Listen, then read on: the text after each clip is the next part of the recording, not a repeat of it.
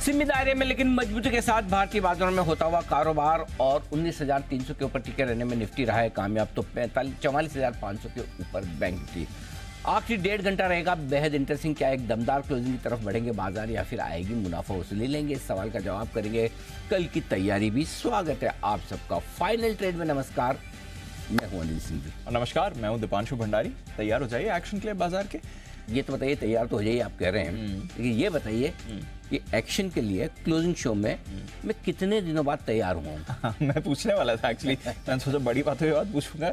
आज आप आज के समय से बड़ी पहले बात कैसे बाजार अच्छे मूड में? तेजी जो है ना, और सुबह से मूड तेजी का बना हुआ है, बड़ा अच्छी खरीदारी का मूड है और बाजार अब तक ओबलाइज कर रहा है। हाँ, ये जरूर कि भाग नहीं रहा, लेकिन कम से कम कमजोर भी नहीं हो रहा। तो आपके लेवल्स के ऊपर अभी तक मतलब मेरे हिसाब से ठीक कर रहा है, तो थोड़ा इसलिए मैंने सोचा कि चलो दीप का साथ दिया जाए, नहीं तो मैं कई बार आपको अकेला छोड़ देता हूँ। चलिए, तो हेडलाइन में भी आज साथ मिल गया। बिल्कुल, तो अच्छी मजबूती के साथ बाजार में कारोबार होता हुआ दिख रहा है, भले ही दायरा छोटा हो।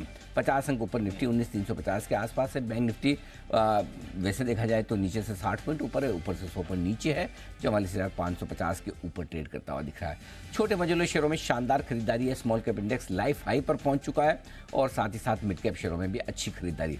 सेक्टोरल रोटेशन वो दिख रहा है जो आप देखना चाहते हैं। आमतौर पर रिटेल इन्वेस्टर्स के फेवरेट शेयर जैसे कि टेक्सटाइल, फर्टिलाइजर, केमिकल, पेस्टिसाइड, यही तो सारे शेयर होते हैं आप लोगों के पास ट्रेडिंग के लिहाज से, इन्वेस्टमेंट के लिहाज से, और आज इनमें तगड़ी खरीदारी होती दिख रही है। डाउ फ्यूचर्स थोड़ा सा फिसला है, ऊपर के लेवल से सुस्त हुआ है, अब 9-10 पॉइंट ऊपर है। नेस्डेक 7-8 पॉइंट ऊपर है, यानी कि नीचे है, यानी कि कोई खास संकेत आपको डाउ फ्यूचर्स से मिल नहीं रहे। लेकिन यूरोप के बाजार कल अच्छी तेजी दिखाने के बाद आज फिर से दमदार प्रदर्शन करते हुए दिख रहे हैं। 1.25% तक की मजबूती आपको यूरोप के बाजारों में देखने को मिलेगी। शानदार खरीदारी यूरोप में, दमदार तेजी आपको दिखेगी एशिया में भी। और मेरे ख्याल से लंदन के फुटसी के बाजारों को तो आज डबल काम करना है। हाँ, कल की छुट्टी वाली तेजी भी और आज की भी। यार दिखाओ फुटसी कितना ऊपर है? 1.5%। हाँ, इतना तो बनता है भाई, 1.25% मजबूत है। बाकी 1/4% मजबूत है, तो बिल्कुल ठीक बात है। तो अगर आपको लंदन के बाजार ज़्यादा मजबूत दिख रहे हैं तो इसीलिए कि कल का काम भी आज कर रहे हैं, एक दिन बाद। बिल्कुल सर।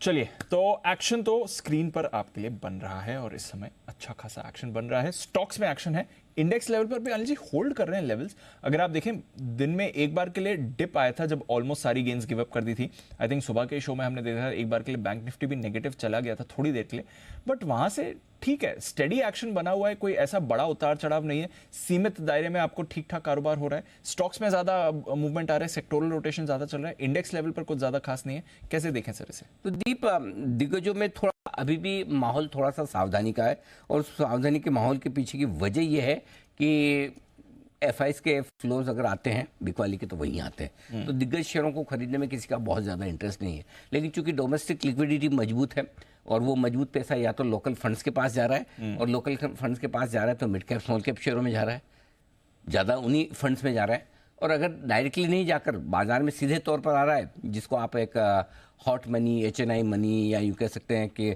स्मार्ट मनी, जो भी नाम देना चाहें, वो भी पैसा ज़्यादातर मिड कैप्स में आ रहा है। तो इसलिए मिड कैप स्मॉल कैप शेयरों में मजबूती बरकरार है। Basically mid cap small cap index ने एक चीज़ तय कर ली है कि अगर दिग्गज शेयर ज़्यादा कमज़ोर ना हो तब भी हम अपना काम चला लेंगे, और दिग्गज मजबूत हो जाए तो कहना ही क्या। अगर ग्लोबल मार्केट सुधरेगा, एफआईज के फ्लोज थोड़े से ठंडे होंगे तो आपको दिग्गजों में एक्शन दिखेगा। और अगर एफआईज के फ्लोज बहुत ज़्यादा कमज़ोर नहीं होकर स्टेबल रहते हैं, ग्लोबल मार्केट्स बहुत कमज़ोर नहीं होकर स्टेबल रहते हैं, तो भी मिड कैप शेयर अपनी दौड़ खुद लगा लेंगे। तो आई थिंक मिड कैप शेयरों की आउट परफॉर्मेंस, और इस बार दीप मैंने लंबी आउट परफॉर्मेंस देखी है। अप्रैल, मई, जून, जुलाई, अगस्त, 5 महीने तक लगातार मिड कैप शेयर इतनी अच्छी दमदार सस्टेनेबल तेजी दिखाना मतलब कम देखने को मिलता है। ऐसा मार्च अप्रैल 2020 के बाद हुआ था, लेकिन वो होने की वजह ये थी कि उस समय तो पिटाई भी बहुत हुई थी। Correct sir. मतलब आप 12,500 की निफ्टी से आप 12,400 की निफ्टी से 7,500 आ गए, है ना, 5,000 पॉइंट आपने निफ्टी पे गवा दिए। तो उस समय तो बनता था, लेकिन अभी ऐसी सिचुएशन नहीं है। उसके बावजूद mid cap small cap share लगातार 5 महीने तक दमदार एक्शन जो दिखा रहे हैं, कमाल है, गजब का एक्शन होता हुआ दिख रहा है। और वहीं पर लोगों को अब भी मौके दिख रहे हैं और एक एक करके सेक्टोरल चर्निंग होती दिख रही है। टेक्सटाइल जिसको लोगों ने भुला दिया था, लो जी आज चल गया। Yes, ठीक है, केमिकल, एग्रोकेमिकल, लीजिए रिजल्ट एक बता दो, आप पिछली बार का अच्छा आए हो? एक का भी नहीं था। एक का बता दो एक आप। का भी नहीं था।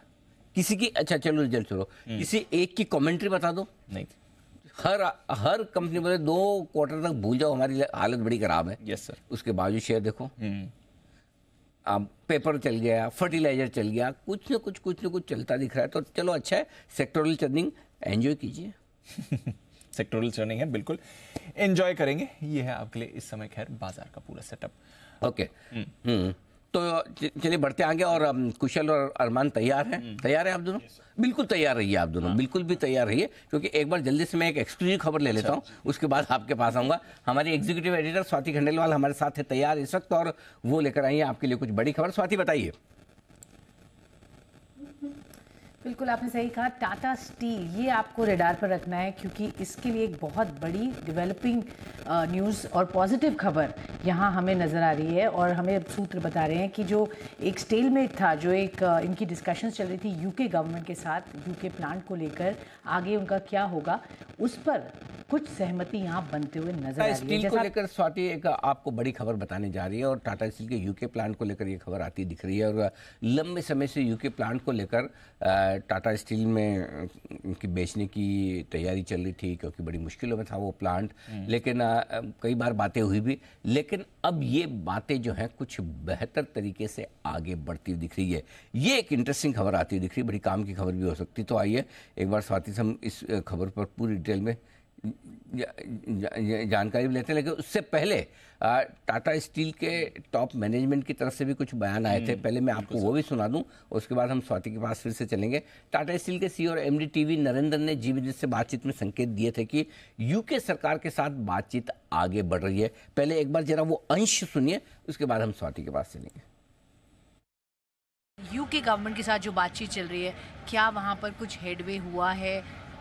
When can we expect any outcome on that, sir? I think all I can say is जो discussions है, they have picked up pace, they are moving quite fast, quite well. और उम्मीद है कि आने वाले दिनों में hopefully we will come to some conclusion, some common ground, because both the UK government and we are interested to find a solution. So let's see where it goes. When we are ready to share some news, we will share some news. Okay, तो ये आपके लिए। और मैं बता दूं आपको कि खबर जो आती दिख रही है वो ये है कि टाटा स्टील के साथ टाटा स्टील की यूके सरकार के साथ बातचीत बढ़ती हुई नज़र आ रही है। और डिटेल और दीप एक बार जरा आप भी बताएं कि क्या क्या खबरें इससे रिलेटेड आ रही है। हाँ, जो यूके का प्लांट है उसको ठीक करने के लिए एक पैकेज आने की संभावना है। सितंबर में ब्रिटिश प्रधानमंत्री ऋषि सुनक के साथ टाटा स्टील के टॉप मैनेजमेंट की मुलाकात हो सकती है, और इस मुलाकात में इसका समाधान निकालने की कोशिश की जाएगी। सभी समझा जा रहा है कि Tata steel, Tata group Europe का सबसे बड़ा इलेक्ट्रिक व्हीकल बैटरी प्लांट लगाने जा रहा है, ताकि कहीं न कहीं जो ब्रिटेन को अगर टाटा स्टील अपना स्टील प्लांट बंद करता है या उसको किसी तरह से बेचता है, तो उसके सामने कहीं न कहीं उन्हें एक कॉम्पनसेशन किया जा सके। ये बड़ी खबर आती हुई दिख रही है टाटा स्टील को लेकर। आइए इसी खबर पर हम थोड़ा और आगे हमारे एक्सपर्ट से बातचीत भी करेंगे विस्तार से। उससे पहले दोनों हमारे साथ कुशल जी भी हैं, अरमान जी भी हैं। वैसे कुशल जैसा जनरली आप ट्रिगर्स लेकर आते हैं, अगर मैं अरमान को पूछूं कि ट्रिगर्स बताएं तो अरमान बता सकते हैं? हाँ, बिल्कुल बता सकते, ऐसा तो नहीं, ये तो आप बोल रहे हैं, अरमान ने तो क्या बोला है। बता सकता हूं उसका कुशल खबरें बता सकता है कि नहीं, पहले ये पूछिए उससे। ओके, तो हम कोई ऐसा विचार नहीं कर रहे हैं कि आप क्रिकेट वाला सवाल लेकिन रहेगा अरमान से भी। रह गया, रहेगा उससे भी, अरमान से भी। अच्छा, अरमान से मेरा दूसरा सवाल है, 4x400 रिले रेस, चारों इंडियन जो एथलीट्स हैं उनके नाम बताइए। तो अब आपको पता चला मैं खाली आप ही से मुश्किल सवाल नहीं पूछता, अब आपको अपने सवाल काफी आसान लग रहे होंगे। काफ़ी आसान है सर। ओके, बताइए ट्रिगर्स। बिल्कुल, तो ट्रिगर्स में कैश सेगमेंट से अभी भी SBFC फाइनेंस है, रेवटी इक्विपमेंट, HMA एग्रो और ट्रांस इंडिया रियल एस्टेट, इनके नंबर्स आना बाकी हैं। साथ ही 2:10 से, कि 4-5 मिनट बाद से ही आपको इनफैक्ट 2:10 हो ही चुके हैं। यहाँ पर हीरो मोटोकॉर्प करिश्मा XMR जो अभी लॉन्च की गई है आज, इसकी बुकिंग अब से शुरू हो गई है। इंट्रोडक्टरी प्राइस 1,80,000 के करीब रखा गया है। कैबिनेट ब्रीफिंग है INB मिनिस्टर से 3:30 बजे, तो वो भी फोकस में रहेगा। साथ ही ऑटो PLI स्कीम की समीक्षा के लिए 3 बजे सभी स्टेक होल्डर्स के साथ बैठक भी होती हुई दिखेगी। अगस्त महीने का US का कंज्यूमर कॉन्फिडेंस डेटा भी आज आपके सामने आएगा शाम को। जहाँ तक कल का सवाल है इंडियन बैंक, यहाँ पर बोर्ड बैठक में QIP, FPO या फिर राइट्स इशू के जरिए 4000 करोड़ तक फंड जुटाने के पर विचार किया जाएगा। साथ ही कंट्रोल पेमेंट का बायबैक ये बंद हो जाएगा और IPO के लिहाज से ऋषभ इंस्ट्रूमेंट्स इनका IPO खुलेगा 30 अगस्त को, यानी कि कल के दिन से 1 सितंबर तक ये खुला रहेगा। एशिया कप की भी शुरुआत कल से ही हो जाएगी, पाकिस्तान वर्सेस नेपाल। और साथ ही US के लिहाज से जो दूसरी तिमाही का GDP की सेकेंड रीडिंग है वो भी आपके सामने आएगी और अगस्त महीने का यूरोप के लिहाज से कंज्यूमर कॉन्फिडेंस आंकड़े पर भी आपको नजर रखनी है। जहां तक गुरुवार 31 अगस्त का सवाल है, कैश सेगमेंट से बालाजी अमीन्स अपने नंबर्स डिक्लेयर करेगा। हमारा Q1 GDP आंकड़ा सामने आता हुआ दिखेगा। साथ ही RBI मॉनेटरी और क्रेडिट इन्फॉर्मेशन का रिव्यू भी होगा और पिरामल एंटरप्राइजेज और KRBL इन दोनों के बायबैक भी शुरू हो जाएंगे। एरोफ्लेक्स इंडस्ट्रीज पर भी नजर रखिए, IPO की लिस्टिंग है। एक्स डिविडेंड ट्रेड करेगा। NMDC का काउंटर MSCI इंडेक्स में बदलाव भी लागू होते हुए दिखेंगे 31 तारीख से, जिसमें कुछ एडिशंस हैं, कुछ एक्सक्लूजन्स हैं। और ग्लोबल इवेंट के लिहाज से अगस्त महीने का यूरोप का CPI आंकड़ा और ECB की जो मॉनेटरी पॉलिसी की मीटिंग्स हैं वो भी आती हुई दिखेंगी। ओके, तो ये है आपके लिए ढेरों ट्रिगर्स, ढेरों इवेंट्स जिसको बाजार अपनी नज़र में रखेंगे। अरमान बताएं आज की खबरें कौन सी हैं? जी, खबरों में सबसे पहले अगर आप देखें नतीजे भी आते हुए दिखे थे। जिलेट के अगर आप देखें नतीजे 60, और जहाँ पर मुनाफे की बात करें, मुनाफा 68 करोड़ से बढ़कर 92 करोड़ के आसपास जो है वहाँ पर आता हुआ दिखा था। मार्जिन्स भी उनके जो है इंप्रूव होकर आते हुए दिखे थे। खबरों में सबसे पहले आपको मारुति सुजुकी पर ध्यान रखना है, क्योंकि कंपनी की जो है AGM में कुछ जानकारी देते हुए दिखे हैं, जिसमें उन्होंने क्षमता बढ़ाने पर लगभग 45,000 करोड़ का जो है निवेश की योजना है और निवेश के जरिए क्षमता जो है दोगुनी करने की उनकी योजना है। उसी के साथ साथ अपडेट ये भी आया है कि अर्नब रॉय कंपनी के जो नए CFO नियुक्त किए जाएंगे। ONGC यहाँ पर भी AGM से जानकारी आती हुई दिखी है, जिसमें वो विंटेज रिग्स को जैकब रिग्स से बदलेंगे और ये जो चरणबद्ध तरीकों से यहाँ पर जो है ये बदलाव किया जाएगा।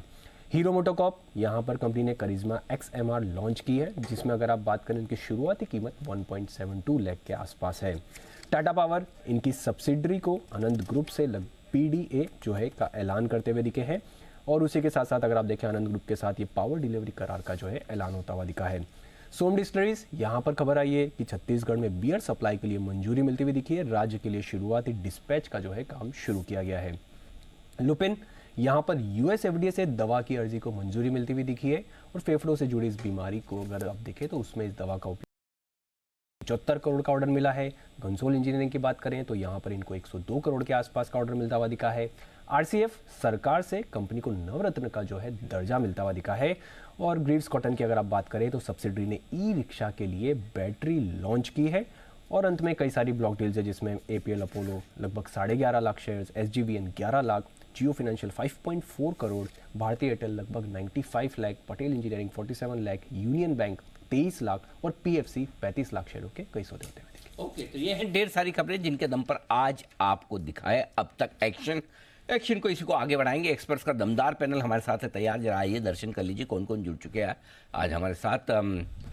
सुमित जी हैं तैयार मुस्कुराते हुए, हिमांशु जी भी जुड़ चुके हैं, वागले साहब भी जुड़ चुके हैं, थोड़े और लोग आने को तैयार है। अगर आपका किसी का पहले बिगुल है तो बताएं, नहीं तो मैं थोड़ी देर में एक एक्सक्लूसिव खबर के बाद आपके पास फिर से लौटता हूँ। जी हाँ, नहीं है, किसी का नहीं है। Okay, very nice, take your own sweet time. तब तक आइए चलते हैं दिल्ली। हमारे संवाददाता अनुवेश हमारे साथ कार्यक्रम में हो रहे हैं शामिल और अनुवेश के पास एक बड़ी और एक्सक्लूसिव खबर। बता दूं आपको, डिफेंस सेक्टर पर बड़ी गहरी पकड़ रखते हैं अनुवेश, और जो भी डिफेंस रिलेटेड बड़ी डील्स और बड़े डेवलपमेंट्स होते दिखते हैं उस पर अनुवेश आपके सामने हमेशा बड़ी और एक्सक्लूसिव खबर लेकर आते हैं।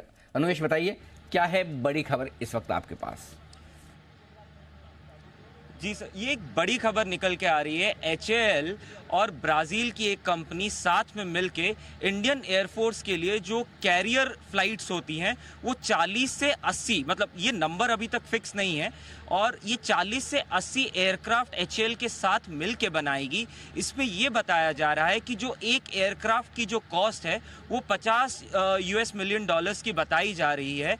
और जैसे कि ये हमने बताया है कि आज जो ब्राज़ील का जो डेलीगेशन है, डिफेंस डेलीगेशन है, वो आज हिंदुस्तान आया हुआ है। इसके साथ साथ वो कल बेंगलुरु जाएंगे और बेंगलुरु जाने के बाद वो HAL की जो फैसिलिटी है वहाँ पे भी जाएंगे और उसके साथ साथ BEL की जो फैसिलिटी है वहाँ पे भी वो कल जाएंगे।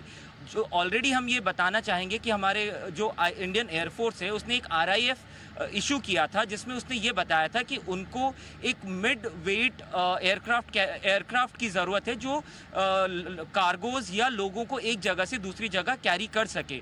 तो इसके लिए ये ब्राज़ील की ये कंपनी हिंदुस्तान एरोनॉटिकल लिमिटेड के साथ मिलके 40 से 80 ऐसे एयरक्राफ्ट बना सकती है। और इसके साथ साथ एक बहुत अहम चीज़ ये बताना ज़रूरी है कि वो इंडिया में अपनी फैसिलिटी बनाएंगी और HAL के साथ बन के ये मैन्युफैक्चरिंग यूनिट एस्टैब्लिश करेंगी। और इसके साथ साथ ये भी है कि वो लोग सिर्फ इंडियन एयरफोर्स के लिए यहाँ पे फ्लाइट्स या एयरप्लेन्स नहीं बना रहे हैं, इसके साथ साथ वो लगभग 300 एयरप्लेन्स ऐसा हिंदुस्तान में बनाने जा रहे हैं जो सिर्फ हिंदुस्तान एयरफोर्स के लिए ही नहीं यूज़ होगी बल्कि बाकी साउथ एशियन कंट्रीज़ के लिए भी एक्सपोर्ट की जाएंगी जो मेड इन इंडिया होंगी। और इसका जो टेक्नोलॉजी है वो टेक्नोलॉजी ऑफ ट्रांसफ़र ब्राज़ील से हिंदुस्तान और HAL के साथ मिलके की जाएगी। और इसमें ये सबसे ज़रूरी बात है कि ये जो टेक्नोलॉजी के साथ साथ ये जो एयरक्राफ्ट यहाँ पे बनाई जाएंगी उसमें जो भी इक्विपमेंट्स है वो टोटली मेक इन इंडिया होंगी। और इसके साथ ये हिंदुस्तान में ही नहीं बल्कि हिंदुस्तान के बाहर साउथ एशियन कंट्रीज़ में एक्सपोर्ट भी की जाएंगी। पर HAL के लिए आती हुई दिख रही है और HAL एक बड़ा करार करने जा रहा है और ये करार 1700 से 3500 करोड़ का हो सकता है, जहां पर वायुसेना के लिए 40 से लेकर 80 मीडियम C-90 एयरक्राफ्ट बनाएंगे। और ये ब्राज़ील की कंपनी एम्ब्रेयर के साथ ये करार करने जा रहे हैं। बताएं अनुवेश, ये करार कितना जल्दी होने की संभावना है, क्या डेवलपमेंट जल्दी हो सकते हैं इसमें? देखिए, ऑलरेडी जो ब्राज़ील की डिफेंस डेलीगेशन है वो कई बार HAL के फैसिलिटी में जा चुकी हैं। इससे पहले जनवरी और फरवरी के महीने में वो लोग हिंदुस्तान आए थे और उसके साथ साथ ये लगभग तीसरी या चौथी बार है जब वो हिंदुस्तान आ रहे हैं।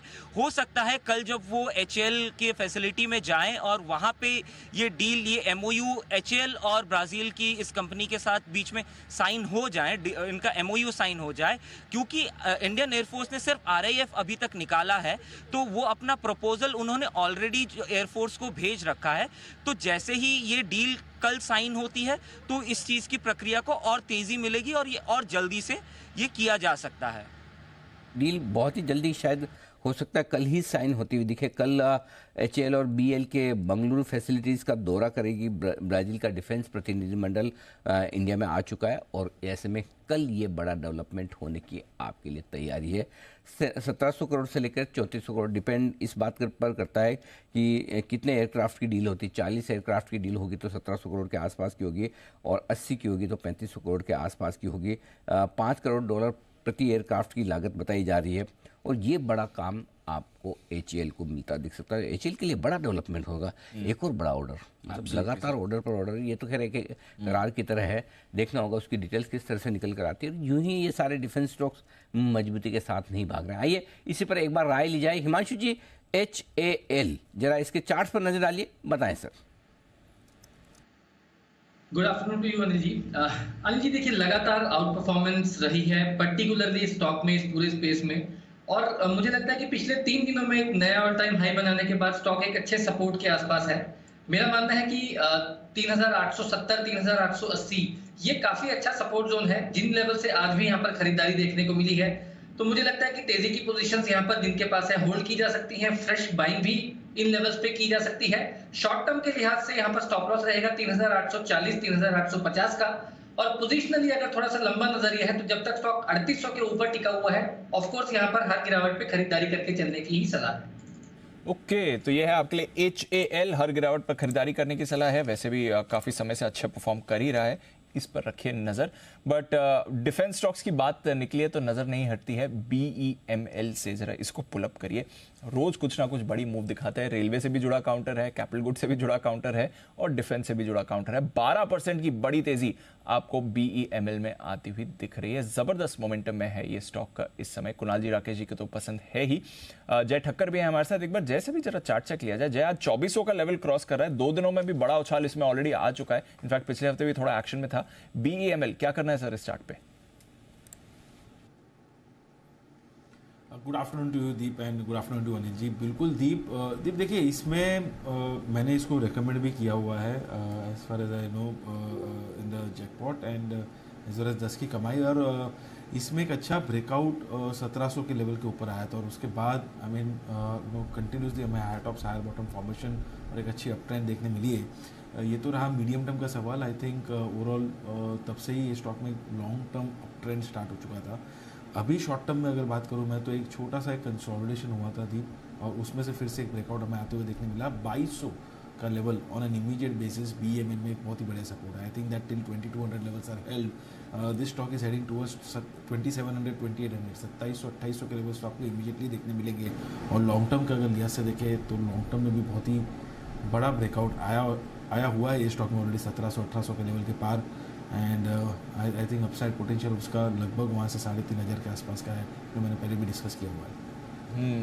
तो ये है आपके लिए BEML, हमारे एक्सपर्ट्स के रेडार पर भी है और डिफेंस स्टॉक्स में तो बड़ी तेजी बनी हुई है। ये स्टॉक भी आपको अच्छा एक्शन दिखा रहा है, इस समय बड़ी मूव के साथ ट्रेड कर रहा है।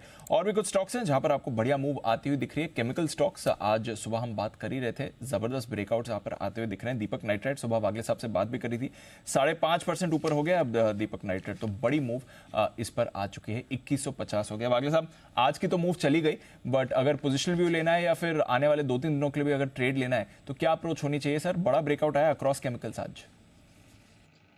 Deepanshu, good afternoon. बिल्कुल पोजिशनली भी मुझे अच्छा लगता है, किसी ने सुबह में लिया है क्योंकि हमने क्लियर कट बोला था कि क्लियर अपसाइड है तो लेना चाहिए।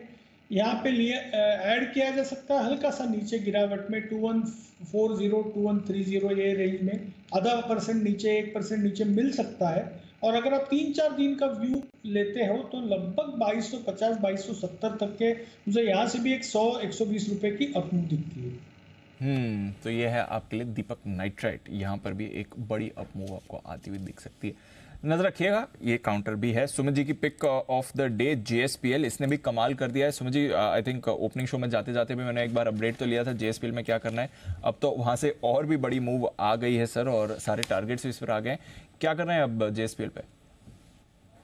Good afternoon Deepanshu. बिल्कुल, क्लोजिंग ओपनिंग में जाते जाते भी इस पे कमेंट दिया था, ट्रेलिंग सपोज लगा के होल्ड करने बोला था और अभी भी मेरे को लगता है कि ट्रेलिंग सपोज को एक्सटेंड करे और पोजीशंस को होल्ड करे। 680 के आसपास स्टॉक अभी आ चुका है, अभी इसके अंदर और ऊपर का मूव देखने को मिलेगा। जिन्होंने भी व्यू लिया है वो लोग, जिन्होंने भी ट्रेड लिया है व्यू के ऊपर, वो लोग पोजीशंस होल्ड करें।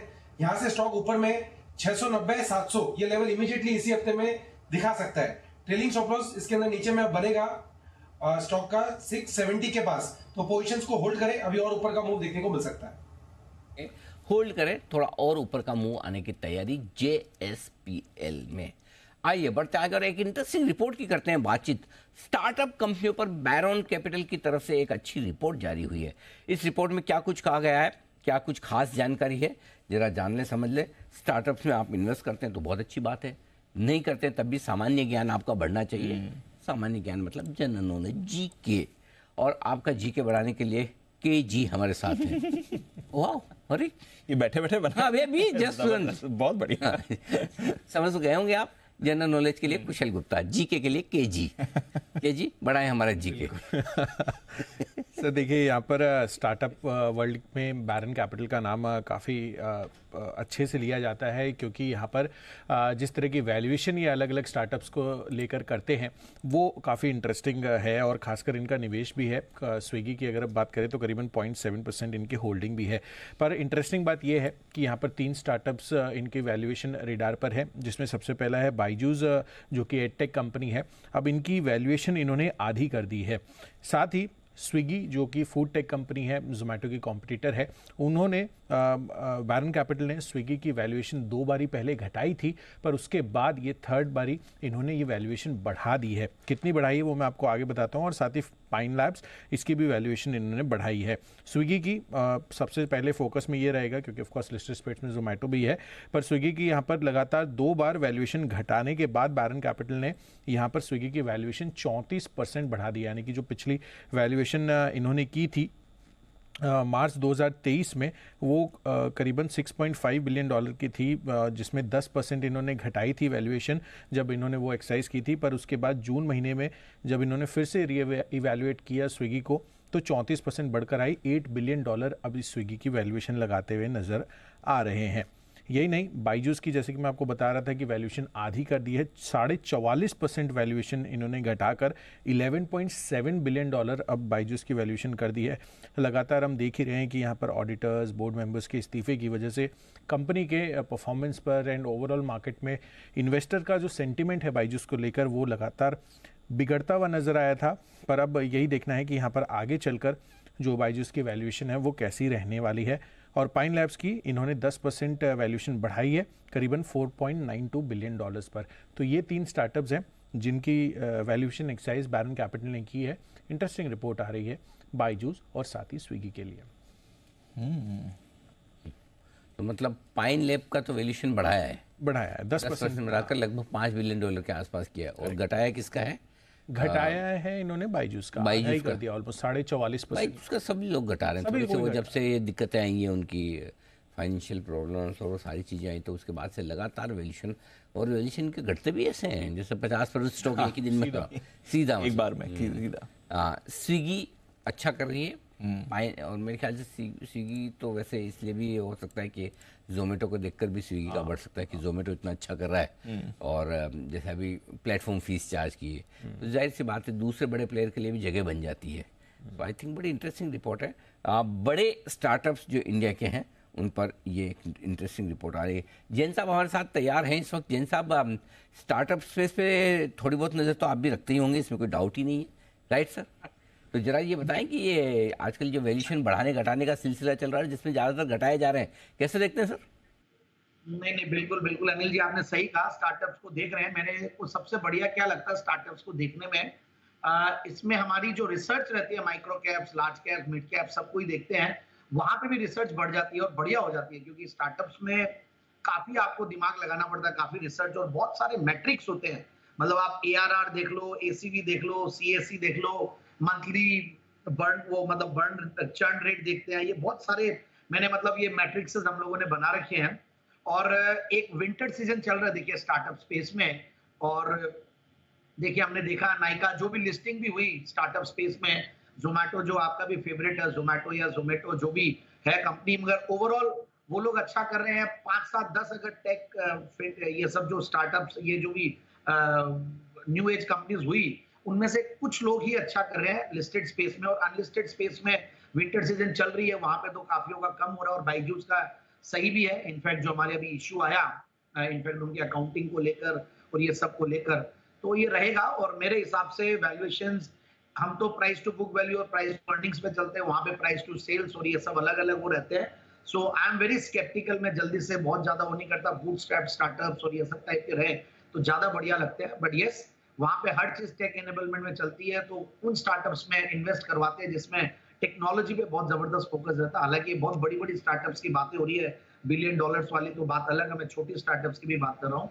सो I feel one has to be very cautious. और कभी भी अगर स्टार्टअप में इन्वेस्ट भी करे कोई भी, हमारे चैनल को भी देख रहे हैं कई लोग करते होंगे, तो मैं बोलूंगा कि जैसे स्मॉल कैप और माइक्रो कैप के लिए आप एक फंड के थ्रू जाएं तो कई बार ज्यादा बेहतर होता है, या फिर आप प्रॉपर्ली फॉलो करें किसी को तो फायदा रहता है। वैसे ही स्टार्टअप में भी बहुत सारे एंजल फंड्स हैं और काफी सारे ये आजकल अलग अलग ये बने हुए हैं, तो इनके थ्रू जाए तो ज्यादा बेहतर होगा, ऐसा मेरा मानना है।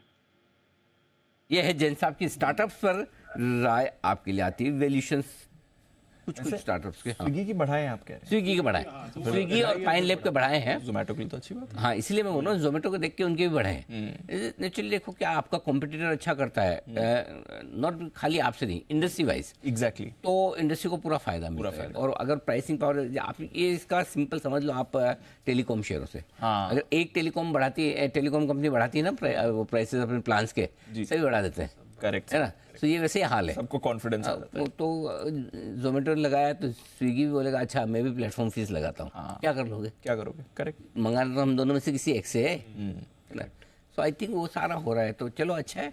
और इसमें बट आगे सर, क्योंकि एक दो ही हैं मेन, एक लिस्टेड है एक अनलिस्टेड है, तो आगे की वैल्यूएशन इन्फ्लुएंस ज्यादा कौन करेगा? लिस्टेड वाला अनलिस्टेड को ज्यादा इन्फ्लुएंस करेगा या अनलिस्टेड वाला लिस्टेड को ज्यादा इन्फ्लुएंस? देखो अनलिस्टेड वाले में तो क्या है कि कभी भी ऊपर नीचे हो सकते हैं valuation, you never know, it depends on demand and supply. Valuation वाले की तो बेचारी की रोज सुबह 9:15 बजे से 3:30 बजे तक वैल्यूएशन ड्राइव होती रहती है। एक बार जो लिस्ट हो गया ना वो चाहे तो मतलब भले ही सारे प्रोमोटर्स अपनी कंपनी को लिस्ट कराते हैं रोज सजी लगते भी हैं। लेकिन बेचारे सुबह 9:15 बजे भी उठ के भाव देखते हैं, मेरा शेयर कहाँ खुला है, 3:30 भी देखते कहाँ बंद हुआ, एग्जैक्टली है ना। ये तो जबकि रोज ना का है। उनको शेयर खरीदना ना बेचना है। हाँ करेक्ट करेक्ट 75% होल्डिंग है तो है, वो फिक्स है, देना भी नहीं है लेना भी है, लेकिन भाव तो देखना ही सुबह शाम। सो इसलिए क्या है, कुछ फायदे हैं लिस्ट होने के तो कुछ नुकसान है। कुछ फायदे अनलिस्टेड होने के हैं, या रोज आपका वैल्यूएशन ऊपर नीचे नहीं होता है, रोज आपके भाव नहीं पूछे देखे जाते हैं, आपको कंप्लायंस कम करनी पड़ती Exactly. है, लेकिन वो वैल्यूएशन भी नहीं मिलते जो आप चाहते हैं। सो आई थिंक सबके अपने अपने फायदे नुकसान है। मतलब वो ये वाली वैसा है कि आपको आज़ादी चाहिए नहीं चाहिए, आज़ादी चाहिए तो आज़ादी की एक कीमत है ना। बिल्कुल ऐसा। आइए सेठी साहब भी हमारे साथ कार्यक्रम में हो चुके हैं शामिल, उनका भी स्वागत है। सेठी साहब आ गए, वेरी नाइस, ओके। चलिए तब तक वागले साहब के लिए एक बिगुल, वागले का वंडर।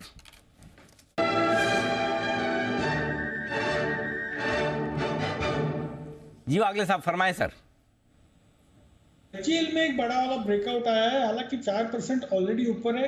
पोजिशनली अगर आपको व्यू लेना है 460 के ऊपर अगर ये सस्टेन कर जाता है जो मुझे दिख रहा है, मुझे लगता है ये कम से कम एक 20 रुपए की मूव देनी चाहिए अगले 1 से 2 दिनों में। तो 464 460 ये रेंज में बाय करे। 455 के नीचे का स्टॉप लॉस होगा और 480 का टारगेट टाइम सर फ्रेम। एक वागले साहब स्टॉक का नाम रह गया सर, जरा बताएंगे स्टॉक का नाम। आईजीएल ओके आईजीएल, हाँ लेवल्स भी बता दे सर। 464 का करंट भाव है, यहाँ पर बाय करें, 2-3 रुपए की रेंज रखे। 455 का आपका स्टॉप लॉस होगा और 480 का टारगेट 1 से 2 दिनों का time frame. Indraprastha gas limited ये है आपके लिए खरीदारी करने की राय। आईजीएल में क्लोजिंग शो का पहला बिगुल 3:30 बजे वागले साहब की तरफ से, 2:30 बजे वागले साहब की तरफ से आता हुआ। आइए 2:30 बजे, तो 2:30 बजे से घड़ी आगे तभी बढ़ेगी जब सेठी साहब अपना कार्यक्रम पूरा कर लेंगे। बिगुल के साथ किया जाए सेठी साहब का स्वागत, सदाबहार सेठी साहब की short term pics.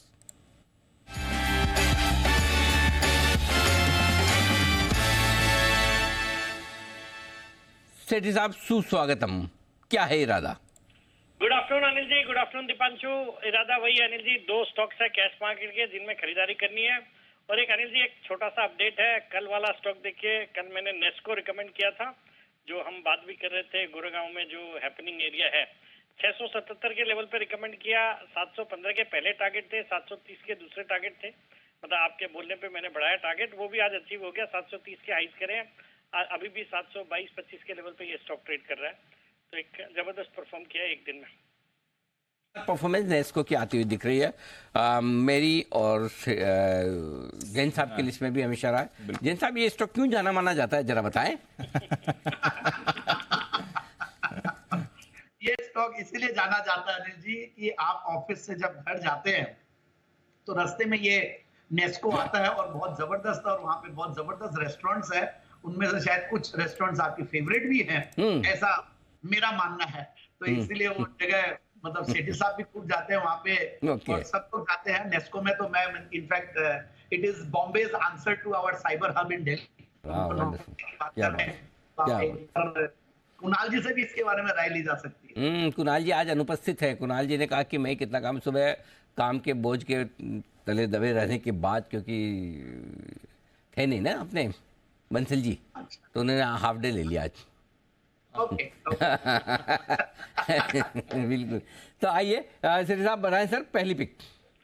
Anil ji आज का जो पहला स्टॉक है, स्टॉक का नाम है टीएन पेट्रो, तमिलनाडु पेट्रो, जो अभी 82 रुपए के लेवल पे ट्रेड कर रहा है, 82 के लेवल्स पे। पहले इसके शॉर्ट टर्म टारगेट है 95 के, स्टॉप लॉस रखना 78 रुपीज का। ये कंपनी इसके जो प्रोमोटर्स है उसमें स्पिक, जो कि ऑलरेडी लिस्टेड एक कंपनी है, वो और टिडको, तमिलनाडु इंडस्ट्रियल डेवलपमेंट कॉर्पोरेशन, इन द्वारा प्रोमोटेड है, और दोनों मिलकर अराउंड 35%, 34.5% हिस्सेदारी इसमें रखते हैं।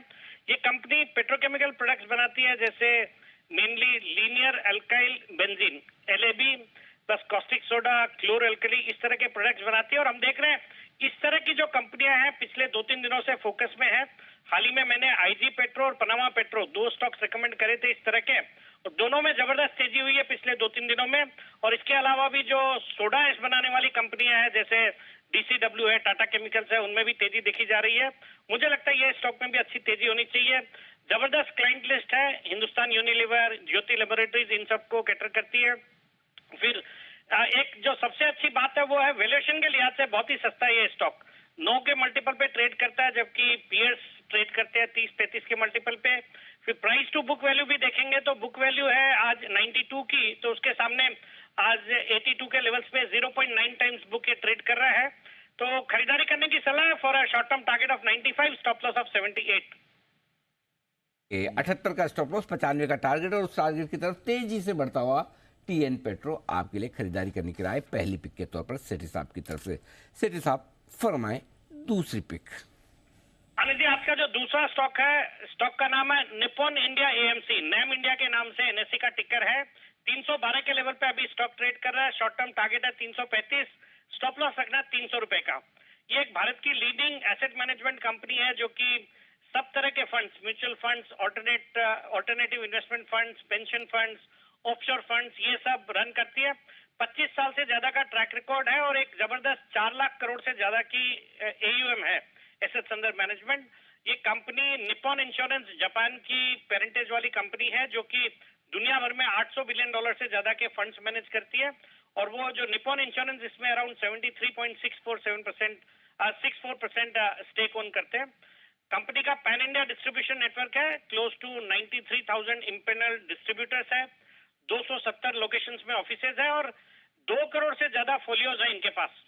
बाकी फंडामेंटल्स बहुत मजबूत है, डिविडेंड यील्ड है क्लोज टू 3.68%। और आपके जो जून क्वार्टर में बहुत ही दमदार परफॉर्मेंस था, 235 करोड़ का पैट रिपोर्ट किया, जो पिछले साल जून तिमाही में 114 करोड़ का पैट था। एक जीरो डेट कंपनी, अच्छे रिटर्न रेशियोज, अच्छी दर से कंपनी ग्रो कर रही है। और Anil ji, price to book value के हिसाब से भी बहुत ही सस्ता है compare to an HDFC AMC. अगर करेंगे तो आधे के वैल्यूएशन पे ट्रेड करता है, 5 के प्राइस टू बुक वैल्यू पे ट्रेड कर रहा है, जबकि HDFC AMC would be trading at close to 10। बाकी सेक्टर पे बुलिश हूँ, एक हाईली अंडर पेनिट्रेटेड सेक्टर है। भारत में only 3% of India population is currently invested in mutual funds. और हम देखते हैं कि जो हमारी एनुअल सेविंग्स है क्लोज टू $750 बिलियन है, और उसके सामने सिर्फ $2 बिलियन का एसआईपी होता है जिसमें हम इतने खुश होते हैं। बट अगर आप उसको एनालाइज भी करेंगे तो $24 billion is hardly 3 to 4% in equities, जबकि बाकी की जो सेविंग्स है वो आज चैनलाइज होती है रियल एस्टेट में, गोल्ड में, एफडीज में। मुझे लगता है म्यूचुअल फंड्स के लिए एक ट्रिमेंडस अपॉर्चुनिटी है आने वाले सालों में। बाकी इस स्टॉक को एज ए शॉर्ट टर्म भी मुझे लगता है अच्छा करेगा, तो खरीदारी करने की सलाह है for a target of 335, stop loss of 300। Okay, तो निप्पॉन लाइफ यहां पर करें खरीदारी 335 का टारगेट, और टीएन पेट्रो यहां पर करें खरीदारी 95 का टारगेट। सीरी साहब बहुत बहुत शुक्रिया सर जुड़ने के लिए और 2 बेहतरीन कैश कॉल्स शेयर करने के लिए भी। आइए अब लेते हैं अनिल जी की मार्केट स्ट्रैटेजी भी।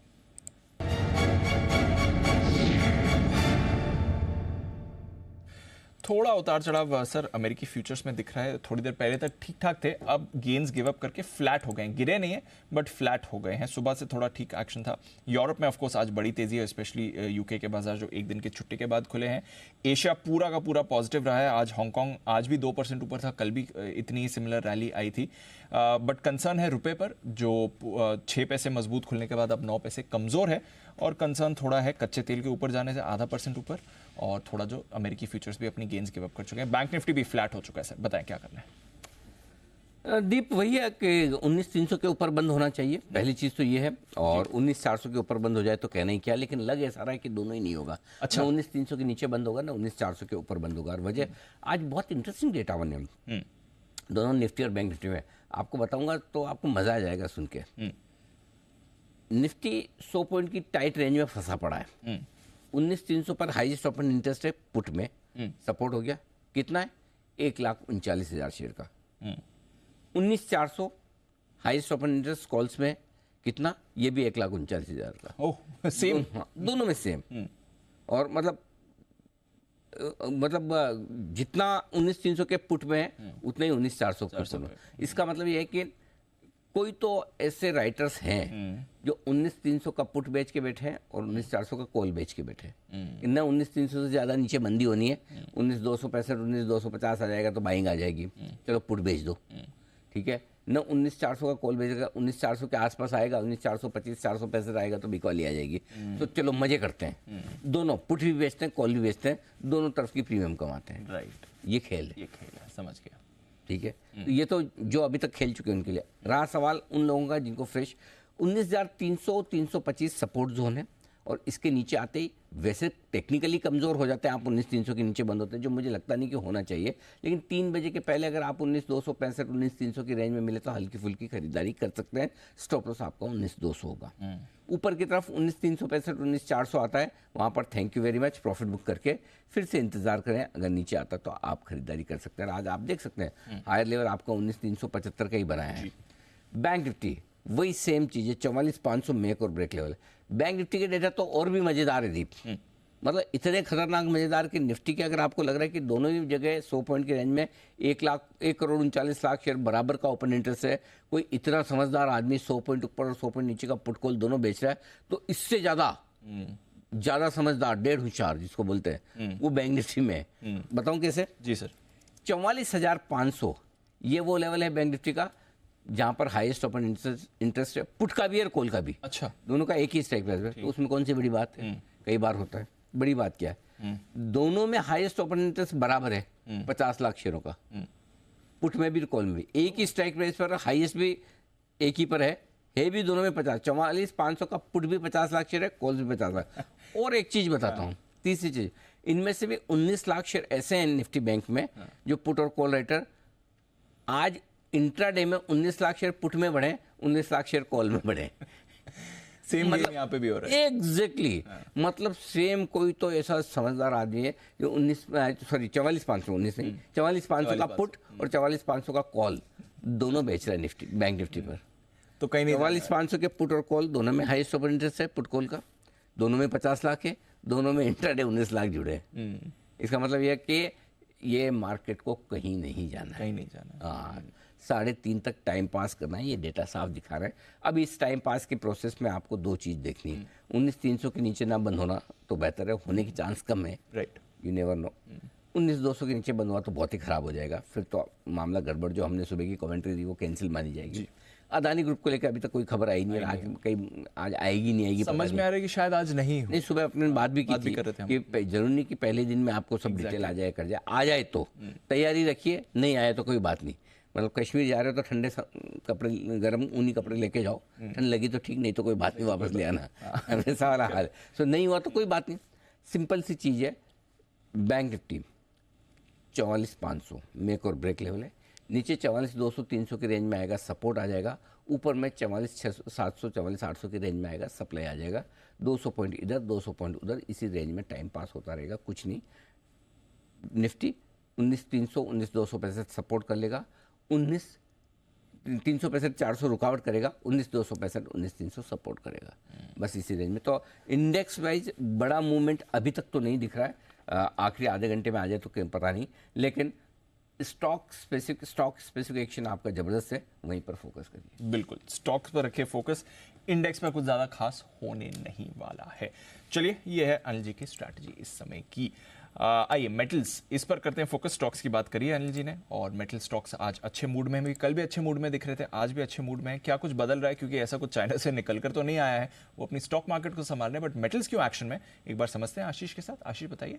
दीपांशु, एक्शन इसके लिए भी खास है क्योंकि बहुत टाइम के बाद इस स्पेस में एक्शन देखने को मिला। आप देखिए तमाम सेक्टर्स चल गए, आईटी भी थोड़ी बहुत खरीदारी दिखा देता है, ऑटोज चल जाते हैं, एफएमसीजी चल रहा है, लेकिन मेटल्स देखिए तो काफ़ी समय से लैग कर रहे हैं। आज अगर आप देखें तो अक्रॉस द बोर्ड आपको खरीदारी नजर आएगी, और स्ट्रेंथ सबसे ज़्यादा नजर आए तो फेरस स्पेस में, यानी जो स्टील से जुड़ी हुई कंपनीज हैं, यहाँ पर आपको खरीदारी देखने को मिली। जैसे साल की शुरुआत से लेकर अब तक अगर आप देखें तो निफ्टी मेटल इंडेक्स ने 4% का नेगेटिव रिटर्न दिया है, कुछ खास यहाँ पर देखने को नहीं मिला है। लेकिन फिलहाल अगर आप देखें तो थोड़ी सी ग्रीन शूट्स नजर आ रहे हैं रिवाइवल के। माना जा रहा है कि जो स्टील के हैं लॉन्ग प्रोडक्ट्स हैं, यहाँ पर कीमतें करीब 1,500 रुपये प्रति टन जो है बढ़ी हैं, और ये अपने आप में काफ़ी सिग्निफिकेंट भी हो जाता है। दरअसल अगर आप देखें तो ब्रोकरेज हाउस की कुछ रिपोर्ट्स भी पढ़ रहा था, ये बता रहे थे कि अगर आप अंतर्राष्ट्रीय बाजार की तुलना में देखें तो जो घरेलू फोकस्ड कंपनी है, यहाँ पर डिमांड काफ़ी अच्छा है। यूएस में, यूरोप में, चाइना में यहाँ पर थोड़ी सी दिक्कत है। हालांकि चाइना की जो गवर्नमेंट है वो स्ट्रांगली इस कंसर्न को एड्रेस करने का प्रयास भी कर रही है, लेकिन फिलहाल भारत में अगर आप देखें तो पब्लिक डिमांड भी काफ़ी बढ़िया देखने को मिल रही है। सरकार की तरफ से जो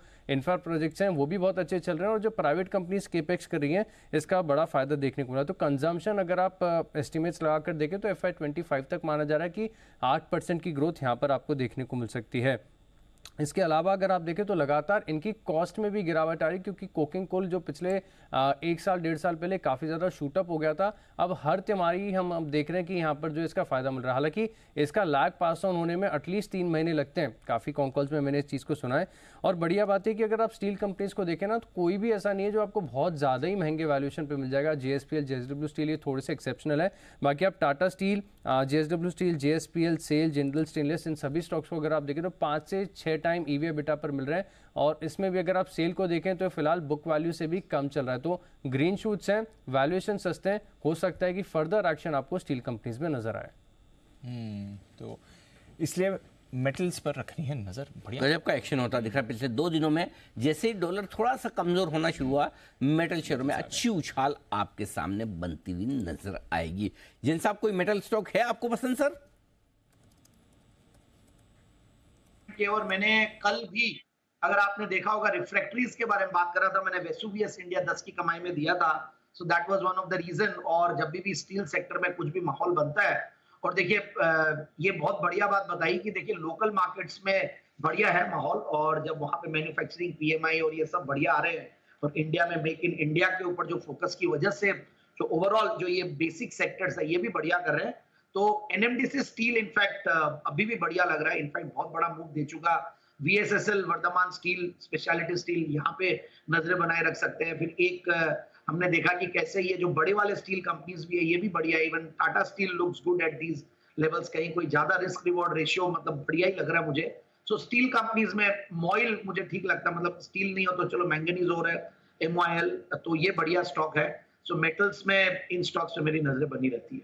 और प्लस NMDC पर्टिकुलरली जो आयरन ओर की माइनिंग वाली कंपनी है, ऑलवेज माइनिंग ज्यादा फेवरेट है।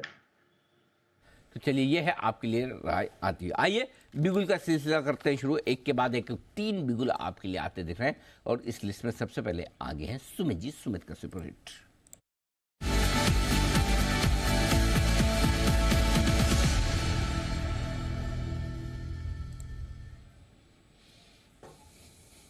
सुमित जी, आप ही का बिगुल है, सुना तो होगा आपने, पहचान भी लिया होगा।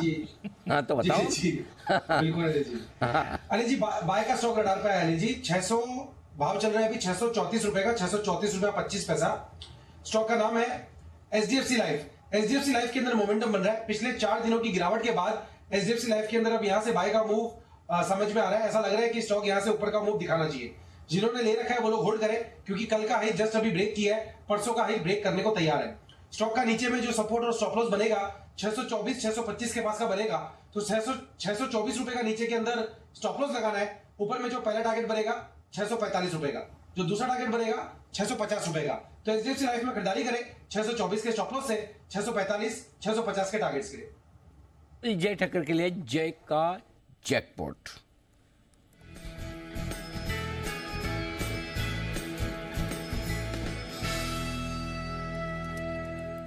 बताया जाए। अनिल जी खरीदना है Gujarat Ambuja exports limited, GAEL। ये ट्रेड कर रहा है 258.30 पर, 258 रुपये 30 पैसे पर ये ट्रेड कर रहा है। इसको खरीदने की सलाह अनिल जी। इसके टारगेट्स ऊपर में निकल कर आ रहे हैं 290 के, 290 से लेके 310 तक के लेवल्स अनिल जी हमें देखने मिल सकते हैं। ये 2 टारगेट्स के लिए खरीदे Gujarat Ambuja exports. And down side में अनिल जी जो इसका स्टॉप लॉस रखना होगा, that can be placed at 247.80। सो 247.80 के स्टॉप लॉस के साथ अगर आप खरीदते हैं जी, तो रिस्क रिवॉर्ड बहुत ही बढ़िया इसका निकल कर आएगा। एक कंसोलिडेशन ये स्टॉक में काफ़ी समय से देखने मिला है, और रिसेंटली अनिल जी इसने फिर से lower end of the range से रिवर्सल दिया है। 235 240 के रेंज से कंटिन्यूसली ये स्टॉक काफ़ी समय से अच्छा सपोर्ट लेकर अनिल जी बाउंस करता है। And upper and of the range इसकी बनी हुई है लगभग 290 से लेकर 310 की, वही मेरे टारगेट्स अनिल जी। अगर ये रेंज निकल जाएगी तो लंबा टारगेट निकलेगा अनिल जी। इसको SPL में भी हम इंक्लूड कर देंगे।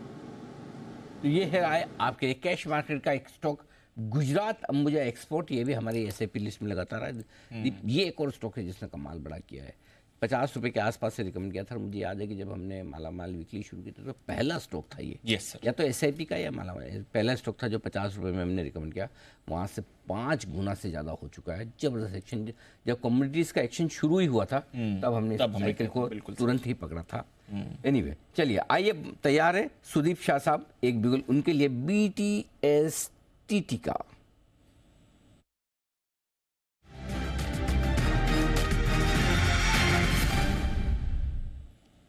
जी सुदीप जी बताएं सर।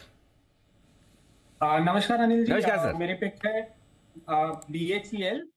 BHEL में हमने देखा है कि पिछले 10 दिन में एक बड़ा मूव आया था 95 से लेके 110 112 तक। उसके बाद स्टॉक ने 105-6 का जो उसका ब्रेकआउट जोन था वो रिटेस्ट किया था, और पिछले 2 दिन में हम देख रहे हैं कि अच्छा मोमेंटम स्टॉक में बना हुआ है, अच्छा ओपन इंटरेस्ट भी बन रहा है, और रोल ओवर्स भी काफी बढ़िया हो रहे हैं। तो मुझे लग रहा है यहाँ से BHEL में भी एक नया अपमूव चालू हो सकता है यहाँ से, और 110 के स्टॉप लॉस से 119 और 122 के टारगेट्स मुझे लग रहा है ये स्टॉक में आते हुए अगले 4-5 सेशंस में हम देख पाएंगे। भेल कैश में खरीदें क्योंकि है वायदा कारोबार के बैन में 110 के स्टॉप के साथ 119 122 कुछ बड़े ब्रेकआउट की तैयारी आती दिख रही है। और बैन में जब परसों गया था तब भी 111-12 के आसपास के हाई थे, उन हाईज को पार कर चुका है, यानी कि शॉर्ट कवरिंग और फ्रेश खरीदारी के पूरे भरपूर संकेत भेल में आपको नजर आएंगे। जब BML चल रहा है, BL चल रहा है, HL चल रहा है थोड़ा बहुत, तो भेल क्यों पीछे रहे? भेल में भी चलना चाहिए, बिल्कुल। भेल भी जल्दी से खरीद लें, ऐसा सुदीप जी का मानना है, नहीं तो भेल महंगी हो सकती है। अभी नहीं तो 120 नहीं तो 110 में नहीं खरीदेंगे तो 120 में जाएगी। ओके, आइए हमारे साथ तैयार है इस वक्त चोपड़ा साहब भी। चोपड़ा साहब से जरा राय ली जाए। चोपड़ा साहब, 2 स्टॉक पर आपसे राय लूंगा, रिलायंस इंडस्ट्रीज और जियो फाइनेंशियल सर्विसेज।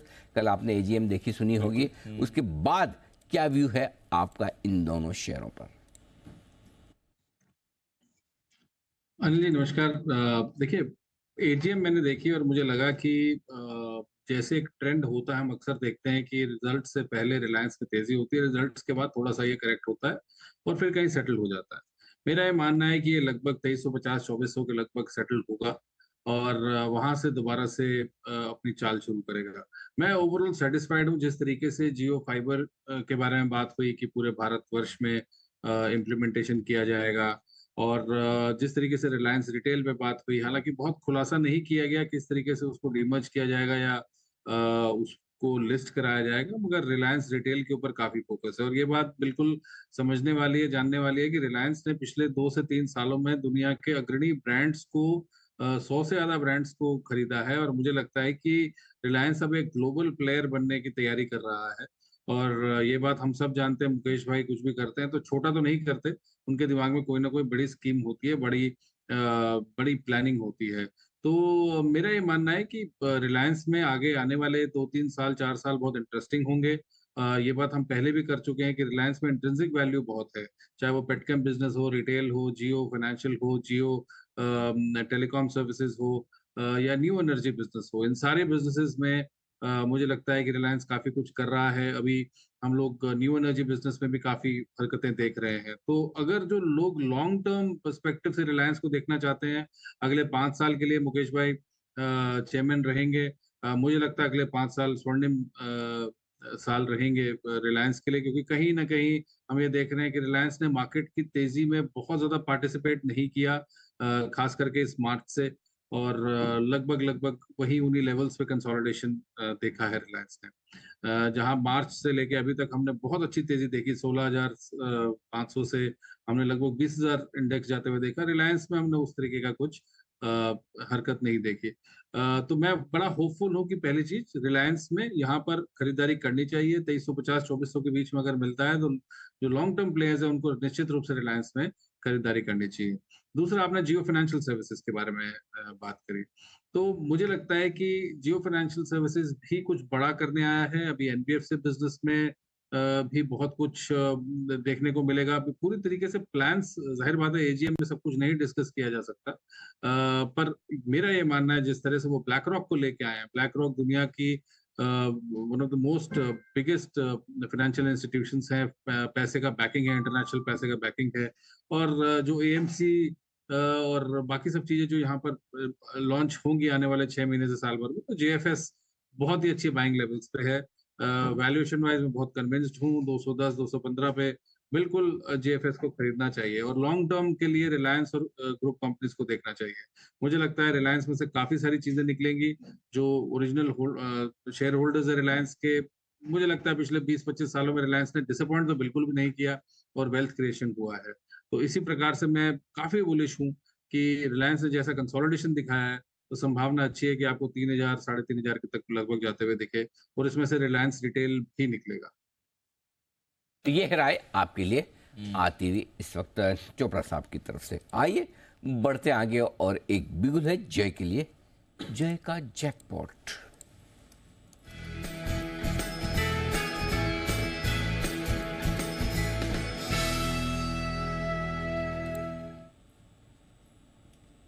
जय बताइए। अनिल जी, खरीदना है अतुल लिमिटेड। इसे स्पॉट में ही यानी कैश में ही खरीदना है जी। फ्यूचर्स में लगभग इसके रिस्क रिवॉर्ड मैच नहीं करते, बिडास ज़्यादा होता है। बट देन 71, 75, 71, 80 ये रेंज में खरीदे। इक्विटी कैश सेगमेंट में अनिल जी, फ्यूचर्स में अवॉइड करिए इसे, भले ही फ्यूचर्स में है ये। एंड 7000 का एक स्टॉप लॉस लगाइए अनिल जी। इसका जो मिनिमम टारगेट मैं ऊपर की तरफ देख रहा हूँ, डेट कम्स टू 7455, 7455 से लेकर 7600 ये लेवल्स आपको देखने मिल सकते हैं। तो रिस्क रिवॉर्ड अनिल जी बढ़िया है। अतुल लिमिटेड को खरीदने की सलाह है। एक अच्छा inverse head and shoulders pattern भी यहाँ पे टेक्निकली फॉर्म हो रहा है। I am anticipating a breakout out of it. एक अच्छा पॉजिटिव डाइवर्जेंस डेली चार्ट्स पर काफ़ी समय से देखने मिल रहा है। मोमेंटम इसका पॉजिटिव हो चुका है। एंड वॉल्यूम्स भी अनिल जी रीसेंट लोज पर एक अच्छे बने थे इसमें। और आज भी अगर आप देखें तो प्राइस एक्शन बहुत ही बढ़िया है। So I think from here on अब ये 7000 के नीचे आना नहीं चाहिए if it has to go to 7455। तो ये है आपके लिए अतुल लिमिटेड, जहां पर आपको करनी है खरीदारी। केमिकल स्टॉक्स एक्शन में दिख भी रहे हैं।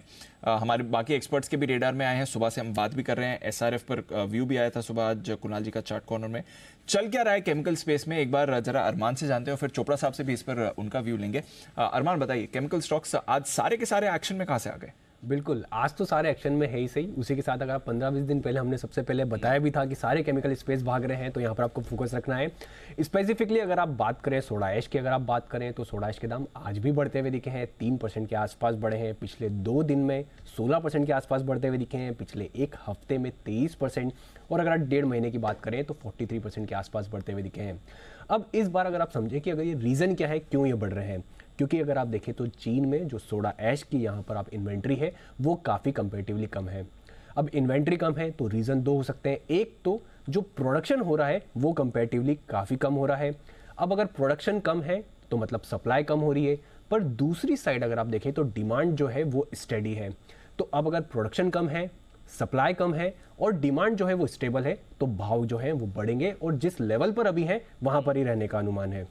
उसी के साथ साथ जो अभी इन्वेंट्री है, डेटा ये बता रहा है कि जिस लेवल पर अभी सोडा ऐश की इन्वेंट्री है वो ऑल टाइम लोएस्ट लेवल पर वहाँ पर ये चल रही है। और अगर आप सोडा ऐश का यूज़ देखेंगे तो ग्लास बॉटल्स बनाने में काफ़ी इनका उपयोग होता है।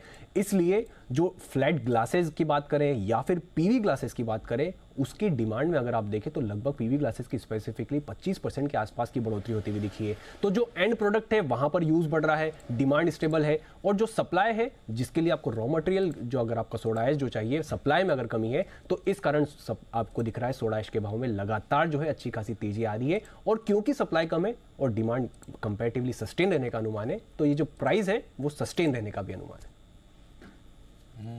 तो ये है आपके लिए केमिकल स्टॉक्स। सोडा ऐश वाले तो चल ही रहे हैं, बट बाकी केमिकल स्टॉक्स में भी एक्शन बन गया है। चोपड़ा साहब कैसे देखना है, क्योंकि बाजार के रोटेशन को ऐसे माने कि बाकी कुछ चल गया है, केमिकल नहीं चले इसलिए ये आ गए हैं, या फिर अब जो चाइना में सोडा ऐश के प्राइसेस का रिवाइवल है, इन्वेंट्री रीस्टॉकिंग की बात की जा रही है, थोड़ा एक्सपोर्ट एनवायरनमेंट भी सुधर रहा है, बात की जा रही है, उसका इम्पैक्ट देखें। समय लूंगा इसमें। बताया था कि केमिकल्स में स्पेशलिटी केमिकल्स काफी गिरावट देख चुके हैं। उसका कारण ये था कि पहले चाइना से रिलेटेड इश्यूज थे, बीच में रॉ मटेरियल प्राइसेस बढ़ गए, लॉजिस्टिक्स के कॉस्ट बढ़ गया, कंटेनर अवेलेबिलिटी नहीं थी। इसके चलते हुए हमने बहुत सारे हिकअप्स देखे। कंपनीज जो केमिकल कंपनीज थी उनका जो इनपुट कॉस्ट था वो बहुत ट्रेमेंडसली बढ़ गया, और ये बढ़ने की वजह से जो बॉटम लाइन्स थी वो सब हिट हुई। पिछले 2-3 तिमाहियों में हमने देखा है कि केमिकल कंपनीज खास करके कोई बहुत ज्यादा प्रॉफिट दिखा नहीं पाई है, उसके चलते बहुत गिरावट देखने को मिली। मगर अब थोड़ा सा स्टेबलाइजेशन आ रहा है और सप्लाई ग्लिचेस भी दूर हो रही हैं। चाइना से रिलेटेड जो पहले इश्यूज था रॉ मटेरियल का, उसमें 30 से 40% तक गिरावट आ चुकी है। और ये चैनल चेक है, मैंने कई सारे केमिकल कंपनीज के लोगों से बात किया है, प्रोमोटर्स से भी बात किया है, और मुझे लगता है कि अब केमिकल कंपनीज अच्छा करेंगी आने वाले 6 महीने से साल भर तक।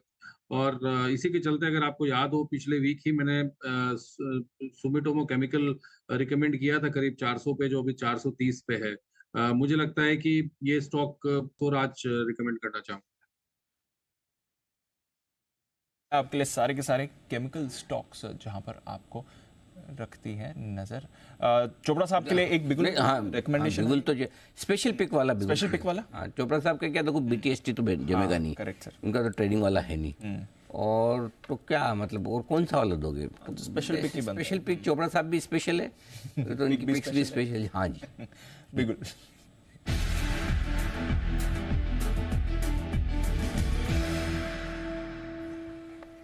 जी सर फरमाएं। मैं आज रिकमेंड करना चाहूंगा बालाजी अमीन्स। हमने स्टॉक में अभी हरकत देखी है, करीब 2250 के लगभग ये ट्रेड कर रहा है।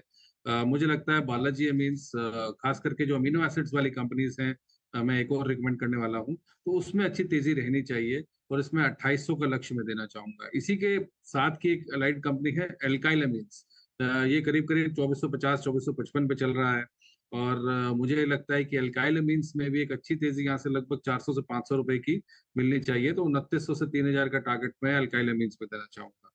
एक और कंपनी है गुजरात एल्कली, ये भी मुझे बहुत अच्छी लगती है, अभी करीब 680-85 पे ट्रेड कर रहा है और इसका मुझे लगता है मीडियम टर्म टारगेट 750 का होना चाहिए। तो ये चार कंपनीज मैंने बोली, Sumitomo chemical, Balaji amines, alkyl amines और गुजरात एल्कली। मुझे बहुत स्ट्रॉन्ग फीलिंग है कि अगर कोई बड़ा बवाल नहीं होता, दिक्कत नहीं होती, तो केमिकल कंपनीज आने वाले 6 महीने से साल भर में बहुत अच्छा मुनाफा देंगी और टॉप केमिकल कंपनीज में आप निवेशित रहें, जिनका बिजनेस मॉडल अच्छा है, जो प्रॉफिटेबिलिटी अच्छी है, डेट प्रोफाइल अच्छा है, कर्जे के नीचे नहीं दबी हुई। तो मेरा ये मानना है कि अगले 6 महीने मार्च तक अगर आप देख के चलें तो इनमें बहुत अच्छा मुनाफा बनने वाला है। बालाजी अमीन्स ये खरीदें 2800 का टारगेट, अल्काइल अमीन्स खरीदें 2900 3000 का टारगेट, गुजरात अल्कलीज खरीदें 750 का टारगेट, और एक सुमिटोमो केमिकल, सर उसका टारगेट बताना है आपको। सुमी के मुझे लगता है अनिल जी मैंने 400 पे रिकमेंड किया था 1 या 2 हफ्ते पहले, अभी 430 के लगभग है। जापानीज कंपनी है, बहुत अच्छा मैनेजमेंट है, क्लीन कंपनी है। 500 रुपए के टारगेट के लिए सुमिटोमो केमिकल में खरीदारी की जा सकती है, मगर थोड़ा पेशेंटली चलना पड़ेगा। मेरी जो रिकमेंडेशंस हैं, कई बार होता है ऐसा कि बहुत जल्दी रिटर्न्स आ जाते हैं, मगर कई बार थोड़ा सा पेशेंस दिखाएंगे तो हम निश्चित रूप से उसमें पैसा बना कर निकलेंगे। चलिए, ये है आपके लिए राय। और ये इतने सारे केमिकल स्टॉक्स रिकमेंडेशन लिस्ट में आके मैं पक्का बोलन जैन साहब के मुंह में पानी आ रहा होगा। हाँ, वो सोचेंगे एक मेरा भी रिकमेंडेशन हो जाए। तो जैन साहब थोड़ा सा इंतजार करें, आप अपनी रिकमेंडेशन को रिफाइन करें, तब तक एक बिगुल सुदीप शाह साहब के लिए BTST का।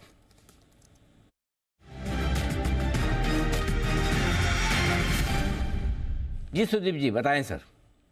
अनिल जी, जब हम इतनी केमिकल स्टॉक्स की बात करें तो एक नाम मेरी तरफ से भी मैं जोड़ना चाहूंगा, दीपक नाइट्रेट। हम इस स्टॉक में देखा है कि एक अच्छा कंसोलिडेशन स्टॉक ने पिछले 7-8 दिन में दिखाया था, 2019-80 और 2050 के बीच में। वो कंसोलिडेशन रेंज के बाहर आज हमने देखा है कि ब्रेकआउट आया है वॉल्यूम के साथ, और स्टॉक ने आज अपना 20 दिन का जो एक्सपोनेंशियल मूविंग एवरेज है, जिसके ऊपर बहुत ज्यादा वो सस्टेन नहीं कर पा रहा था पिछले कुछ महीनों से, तो हमने ये देखा है कि आज वहां पे भी पूरा सेशन स्ट्रेंथ के साथ स्टॉक सस्टेन कर रहा है। तो मुझे लग रहा है यहाँ पे एक अच्छा BTST के लिए और अगले 2-3 दिन के लिए एक मोमेंटम ट्रेड बन रहा है। 2100 के स्टॉप लॉस के साथ मैं दीपक नाइट्रेट को रिकमेंड करना चाहूंगा 2250 और 2280 के टारगेट के लिए। ओके, दीपक नाइट्राइट, ये है वो स्टॉक्स जहां पर खरीदारी करने की राय सुदीप शाह साहब की तरफ से आती हुई दिख रही है। ओके, 2100 का लगाएं स्टॉप लॉस, 2150 के आसपास ट्रेड कर रहा है और टारगेट 2250 और 2280 के 2 टारगेट बनेंगे आपके लिए। आइए, जैन साहब भी है तैयार। जैन साहब बताएं सर, आपकी पसंद का कोई केमिकल शेयर, और अगर आपकी भी बिगुल की फरमाइश हो तो ऐसा नहीं जरूरी 9:30 बजे ही बजेगा, कभी भी बज सकता है। एग्जैक्टली, बजाइए सर, मजा ही आता है। ओके, तो स्पेशल पिक का चाहिए जैन साहब के जेम्स वाला चाहिए? हमारे पास सारे हैं। यही सवाल मैं पूछ रहा था आपको। जेम्स का बजा दीजिए। अच्छा, जेम्स वाला 3:30 बजे 9:30 बजे बजता है। अभी तो आपकी स्पेशल पिक है। आइए, जैन साहब के जेम्स, जैन साहब के लिए बिल्कुल एक स्पेशल पिक जैन साहब।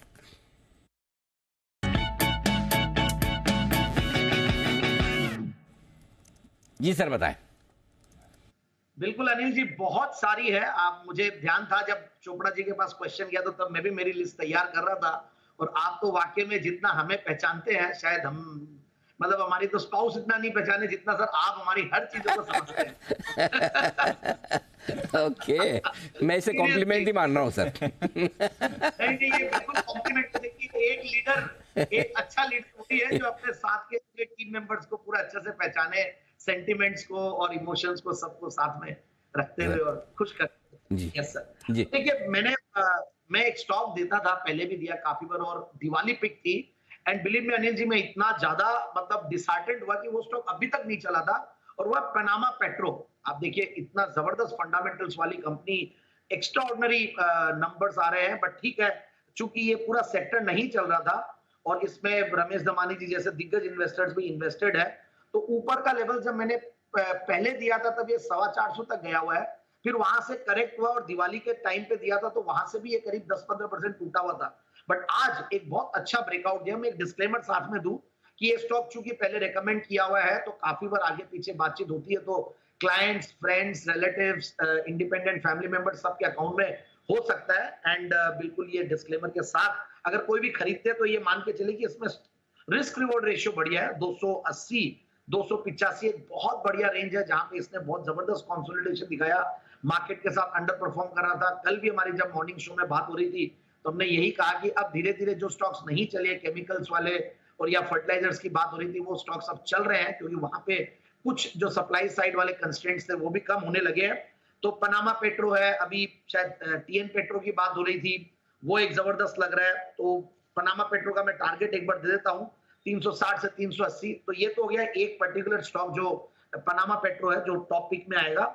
बाकी अतुल की बात हो रही थी, एफएनओ का स्टॉक है, बहुत बढ़िया करेक्टेड लेवल्स पे है, जिनको हमने बहुत नीचे के लेवल्स पे दिया। एसआरएफ है तो सेंचुरी एनका को भी नहीं भूलना चाहिए। दीपक नाइट्राइट की बात कर ली गई थी, और मुझे लगता है कि ये जितने कॉस्टिक सोडा वाले हैं वहां पे अच्छी प्राइसेस अभी अरमान बता रहे थे। तो जीएचसीएल देखिए आज जबरदस्त आउट परफॉर्म किया है, और इतना करेक्टेड और कंसोलिडेटेड स्टॉक था तो वो भी एक अच्छा चल सकता है। डीसीडब्ल्यू है, टाटा केमिकल्स एफएनओ का है। एक स्टॉक और है, काफी कंसोलिडेटेड स्टॉक है, हिकल। हिकल मतलब वो हाईकाल बोले या वो नहीं है, हिकल मतलब HI हिरेमत एंड कल इज कल्याणी।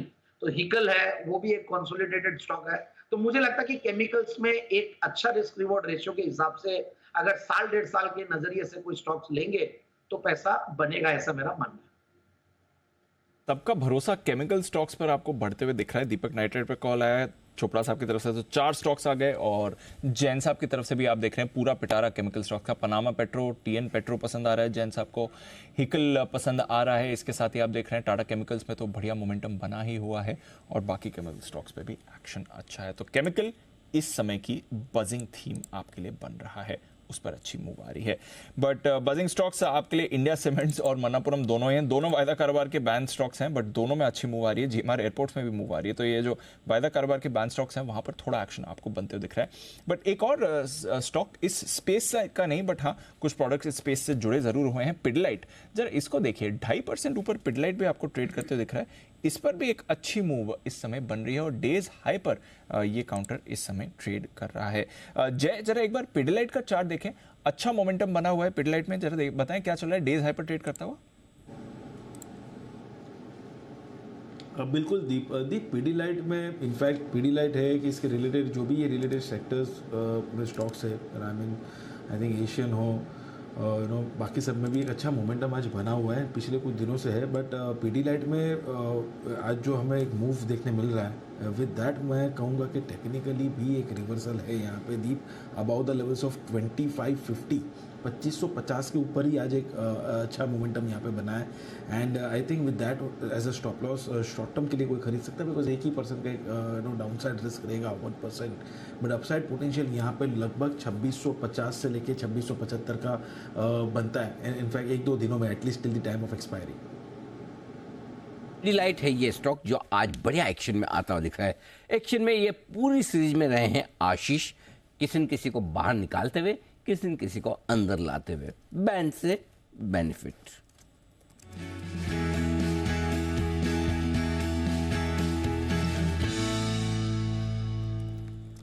जी आशीष जी बताएं सर। सर आज काफ़ी दिनों के बाद फिलहाल कोई भी स्टॉक ऐसा नहीं है जो मुझे लग रहा है कि बैन में आ जाएगा। कोई बदलाव नहीं, बदलाव तो होने ही पड़ेंगे सर। बदलाव है ना, हम तो बदलाव में इंटरेस्टेड है। बदलाव है, बाहर कोई भी नहीं आ रहा। बाहर आ रहा है सर, BHEL आ रहा है। ओके। 78.25% हो गई है, मतलब नहीं है, 80% से नीचे आ जाएगा। शॉर्ट कवरिंग हो रही है। इंडिया सीमेंट्स इसकी भी पॉसिबिलिटी है, 81.85% है। 20 मिनट हमारे पास अभी बचे हुए हैं, पोजीशंस घट सकती हैं, इसको स्टॉक को भी रडार पर रख सकते हैं। बाकी हिंदुस्तान कॉपर है 84%, इसका डाउटफुल है, मेटल्स आज चले भी हैं।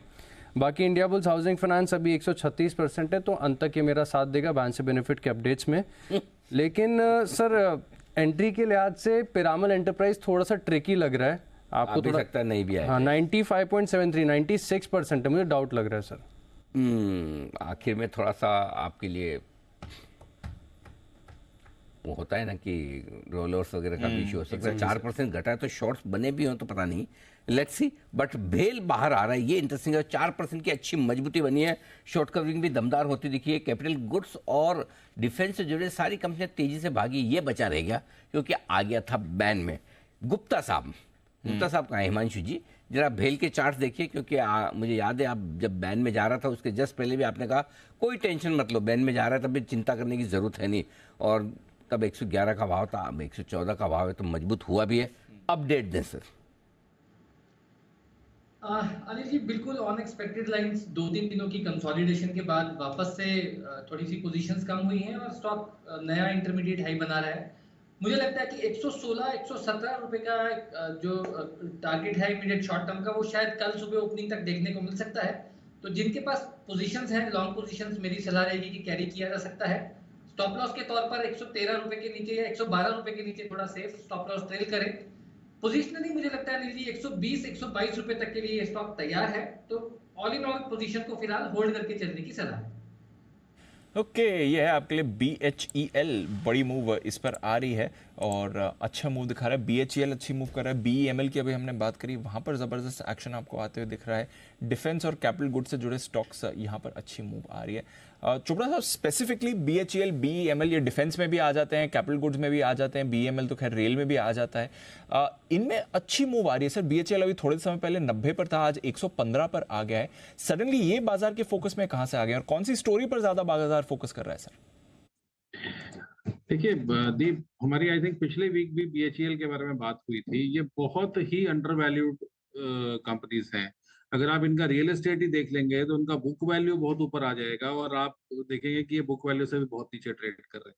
तो BHEL अगर आप बात करें, वो रेलवे से लेके, पावर से लेके, कैपिटल गुड्स से लेके बहुत सारी चीजों में इन्वॉल्व है। और मुझे लगता है कि जो अंडर वैल्यूड स्टोरीज हैं, हमने रेलवेज की कंपनीज में री रेटिंग देखी, डिफेंस की कंपनीज में री रेटिंग देखी। मुझे लगता है जो कैपिटल गुड्स और खास करके पावर क्षेत्र की जो कंपनीज है उसमें भी अब री रेटिंग होगा। तो हम जितनी भी पावर क्षेत्र की बढ़िया कंपनीज है, BHEL है, पावर ग्रिड है, पावर फाइनेंस है, मुझे लगता है कि पावर में काफी रिफॉर्म हो रहा है और रिफॉर्म्स होंगे। और भारत को अगर बढ़ना है तो पावर की आवश्यकता है। तो BHEL तो मैं हर पर्सपेक्टिव से, अगर आप कैपिटल गुड्स कहें उससे भी हम देखें, रेलवे से भी जुड़ी हुई कंपनी है, डिफेंस से भी जुड़ी हुई कंपनी है और बिजली से भी जुड़ी हुई कंपनी है। तो मेरा तो पर्सनल टारगेट अगर आप मुझसे पूछें थोड़ी लंबी अवधि का 200 रुपए का है। तो भेल में तो अच्छी तेजी बननी चाहिए। और बाकी भी जो हमने सेक्टर्स की बात करी, तो जो हम लोग अक्सर डिस्कस करते थे, चर्चा करते थे कि भारत सरकार की जो कंपनीज हैं उनमें वैल्यूएशन वाइज वो बहुत ही चीप वैल्यूएशंस पे अवेलेबल हो, चाहे वो PSU बैंक्स हों, चाहे वो पावर कंपनीज हों। अगर आप NTPC की भी बात करें, NTPC मुझे बहुत अच्छा लगता है इन लेवल्स पे। और यहाँ सब मुझे लगता है री रेटिंग कैंडिडेट्स बनते जा रहे हैं। NTPC भी कोई बड़ी बात नहीं है कि आपको दोबारा से 300 की तरफ जाता हुआ दिखे। तो आई थिंक कि काफी पोटेंशियल है सरकारी कंपनीज में। और अभी प्रधानमंत्री जी ने भी बोला संसद में कि जो सरकारी कंपनीज है उन पे ध्यान दिया जाए। और मुझे लगता है कि बड़ा एप्टली बोला गया है। और अच्छा अब मूव आना चाहिए BHEL में यहाँ से भी। ओके, तो BHEL पर तो अच्छा मूव आना ही चाहिए, भरोसा है चोपड़ा साहब का। और लगातार बड़े ब्रेकआउट्स दिखा रहा है। आज भी देख लीजिए 5% की मूव इस पर आई हुई है। आइए, हिमांशु जी ने भी एक स्टॉक आइडेंटिफाई किया है, चलते हैं उनके पास। बिल्कुल, हिटमैन हिमांशु।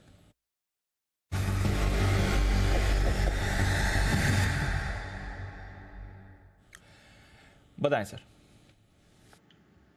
दीप, बजाज फाइनेंस में BTST करके चलने की सलाह है। यहाँ पर एक अच्छी स्ट्रेंथ लगातार पिछले 2-3 दिनों से बनती हुई नजर आई है।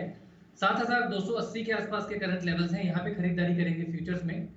7,350, 7,420 ये दो टारगेट्स के लिए बजाज फाइनेंस में BTST करने की सलाह रहेगी। 7,240 इसके नीचे का स्टॉप लॉस लगाकर यहाँ पर लॉन्ग पोजीशन बनाई जा सकती है। पिछले कल दीप मैंने यहाँ पर 7,250 के स्ट्राइक की कॉल ऑप्शन में खरीदारी दी थी, जिसमें कि ऑलरेडी पहला टारगेट हासिल हो चुका है। तो कॉल ऑप्शन पर हिमांशु जी की जो कॉल थी वो तो टारगेट हिट हो चुका है। अब आपके लिए स्पॉट पर लेवल्स आ रहे हैं 7,350 से 7,420 तक के टारगेट्स के लिए खरीदारी करें बजाज फाइनेंस पर। अच्छा मूव आ रहा है बजाज फाइनेंस पर, टारगेट प्रीवियस हिट भी हो रहे हैं हिमांशु जी की। एक और जगह जहां पर टारगेट हिट्स हो गए हैं, जहां पर एक बार अनिल जी से अपडेट भी ले लिया जाए, वो है सर आज का stock of the day Avenue supermart. सुबह हमने देखा था पहले टारगेट के आसपास खुला था, उसके बाद थ्रू द डे जो मूव आई उसमें दूसरा टारगेट भी हिट हुआ, एग्जैक्टली उसी लेवल पर इस समय ट्रेड कर रहा है। तीसरे टारगेट से भी अब देखते हैं अगर मूव आती है कि नहीं। डेज हाई पर इस समय 2% ऊपर, एक बार इस पर अपडेट देते हैं। बिल्कुल दीप, और आज सबसे बढ़िया बात है कि आज आपको सबको खरीदने का इंट्राडे में मौका मिला है, तो जाहिर सी बात है डे ट्रेडर्स हैं तो उनके लिए 2 टारगेट हिट हो गए। आप आराम से प्रॉफिट बुक करिए। और जो पोजिशनल ट्रेडर्स या इन्वेस्टर्स हैं वो अभी भी होल्ड कर सकते हैं, उनको तभी बेचना है जब कुणाल जी बेचे। कुणाल जी के पोर्टफोलियो में तो पड़ा, और जब तक FNO में नहीं आएगा कुणाल जी बेचेंगे नहीं। लेकिन वो तो एक अलग बात है, बट फंडामेंटली भी स्टॉक और बेहतर होता हुआ दिख रहा, तो आपको होल्ड करना चाहिए, बेचने की कोई भी हड़बड़ी और जल्दबाजी ना करें। जल्दबाजी ना करें, बिल्कुल भी नहीं। चलिए होल्ड करिए, ये आपके लिए व्यू आ रहा है। और लंबे समय बाद, जैसा आज सुबह हम बात कर रहे थे, एक बढ़िया रिपोर्ट भी आपके लिए आई है एवेन्यू सुपरमार्ट पर, जिसकी वजह से स्टॉक में भी प्रेशर बना हुआ है। बट आज थोड़ा प्रेशर आपने बनते हुए दिखा है पीरामल एंटरप्राइजेस पर, जो वायदा कारोबार के बैन में आ सकता है। पॉलीकैब ये रिसेंटली अच्छे मोमेंटम में था, आज थोड़ी मुनाफा वसूली इसमें चल रही है। एक बार सुदीप शाह साहब से पॉलीकैब के चार्ट पर राय लेना चाहूंगा। सर 2-3 दिन अच्छी मूव आई, आज मुनाफा वसूली आई है, वापस डिप पर खरीदारी का मौका है या फिर थोड़ा और गिर सकता है पॉलीकैब? जरा एक बार इस पर राय दें सर।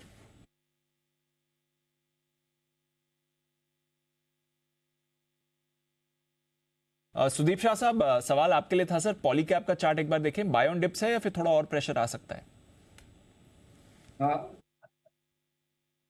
पॉलीकैब अगर हम देखें ध्यान से तो एक ऊपरी स्तर से अगर हम देखें कि थोड़ा सेलिंग प्रेशर तो आज आया हुआ है, और पिछले 3-4 दिन से 51-20 अगर हम ये देखें 5,050 और 5,100 के बीच में एक थोड़ा प्रेशर आ रहा है। तो मुझे लग रहा है एक बड़े रैली के बाद यहाँ पे फिलहाल मैं 1-2 दिन के लिए BTST या पोजिशनल बाई करने की राय नहीं दूंगा, बिकॉज थोड़ा रिस्क रिवॉर्ड फेवरेबल नहीं है। ओवरऑल ये लंबी अवधि के लिए एक बहुत बेहतरीन स्टॉक है, पर अगर हम एक री एंट्री पॉइंट ढूंढना चाहे कि कहाँ पे हम री एंटर करेंगे, तो ये स्टॉक के लिए एक बेहतरीन री एंट्री पॉइंट हमेशा 20 दिन की जो उसकी एक्सपोनेंशियल मूविंग एवरेज होती है वो हर बार ये साबित होता है। तो पिछली बार भी स्टॉक ने एग्जैक्टली 45-75 से रिबाउंड हुआ था, जहां पे 20 दिन की मूविंग एवरेज थी, एक्सपोनेंशियल मूविंग एवरेज। और इस बार भी मुझे लग रहा है कि 4850 4830 वाला जो जोन है जहां पे 20 डे EMA है, वो एक बहुत बेहतरीन री एंट्री पॉइंट साबित होगी। तो मुझे फिलहाल मैं इसमें BTST की सलाह नहीं दूंगा। मुझे लग रहा है अगले 2-3 दिन इसको कंसोलिडेट होने दे और डिप पे इस पे एंट्री करने की हम दोबारा से एक बार रीचेक कर सकते हैं। बिल्कुल बिल्कुल, डिप का इंतजार करें, अभी कोई हड़बड़ी जल्दबाजी ना करें। आइए बिल्कुल वागले साहब के लिए वागले का वंडर।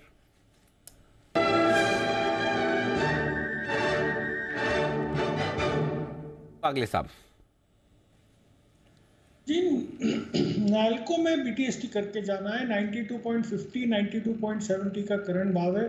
मुझे लगता है ये 95-96 तक आपको कल के दिन में मिलना चाहिए। आपका स्टॉप लॉस ₹1 नीचे होना चाहिए 91.50 का, और ऊपर में 96 का टारगेट। इसके टारगेट के लिए नाल्को में खरीदारी करने की राय, और बिगुल सुमित जी के लिए जो अपनी पिक भी देंगे, और नाल्को के लिए वागले साहब को धन्यवाद भी। बिल्कुल।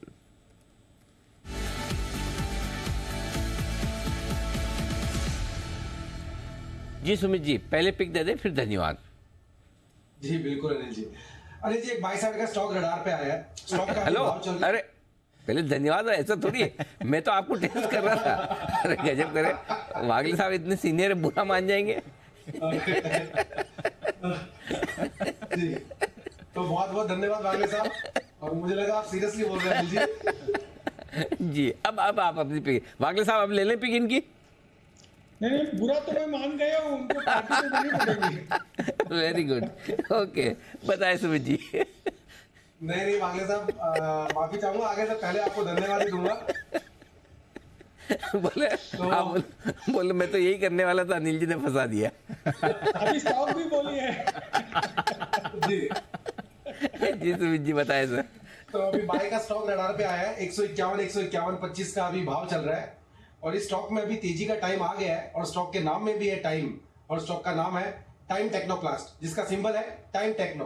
टाइम टेक्नो के अंदर मोमेंटम तेजी का बन रहा है, रिसेंट के हाई ब्रेक हो रहे हैं, डेली चार्ट वीकली चार्ट दोनों अच्छे दिख रहे हैं चार्ट्स के ऊपर, दोनों रीजन में चार्ट्स पे स्टॉक अच्छा दिख रहा है। 2018 के हाई स्टॉक अभी ब्रेक कर रहा है। टाइम टेक्नो मेरे को लग रहा है कि यहाँ से एक बड़ा मूव आने वाले दिनों में देने वाला है। स्टॉक के अंदर यहाँ से खरीदारी करके चलने का सलाह रहेगा, जिन्होंने ले रखा है वो लोग होल्ड करें। 142 144 ये स्टॉक का नीचे में सपोर्ट है, तो 142 के स्टॉप लॉस से टाइम टेक्नो में खरीदारी करें। ऊपर में 165 रुपया, 170 रुपया ये इमीडिएट शॉर्ट टर्म के टारगेट होंगे। पोजीशन टारगेट स्टॉक में और भी ऊपर के देखने को मिलेंगे। खरीदारी करें 142 के स्टॉप लॉस से 165 170 के टारगेट्स के। खरीदारी करने के राइट टाइम टेक्नो में आइए। जय के लिए बिगुल, जय का जैकपॉट, उसके बाद आएगी 3-20 की स्ट्रेटेजी।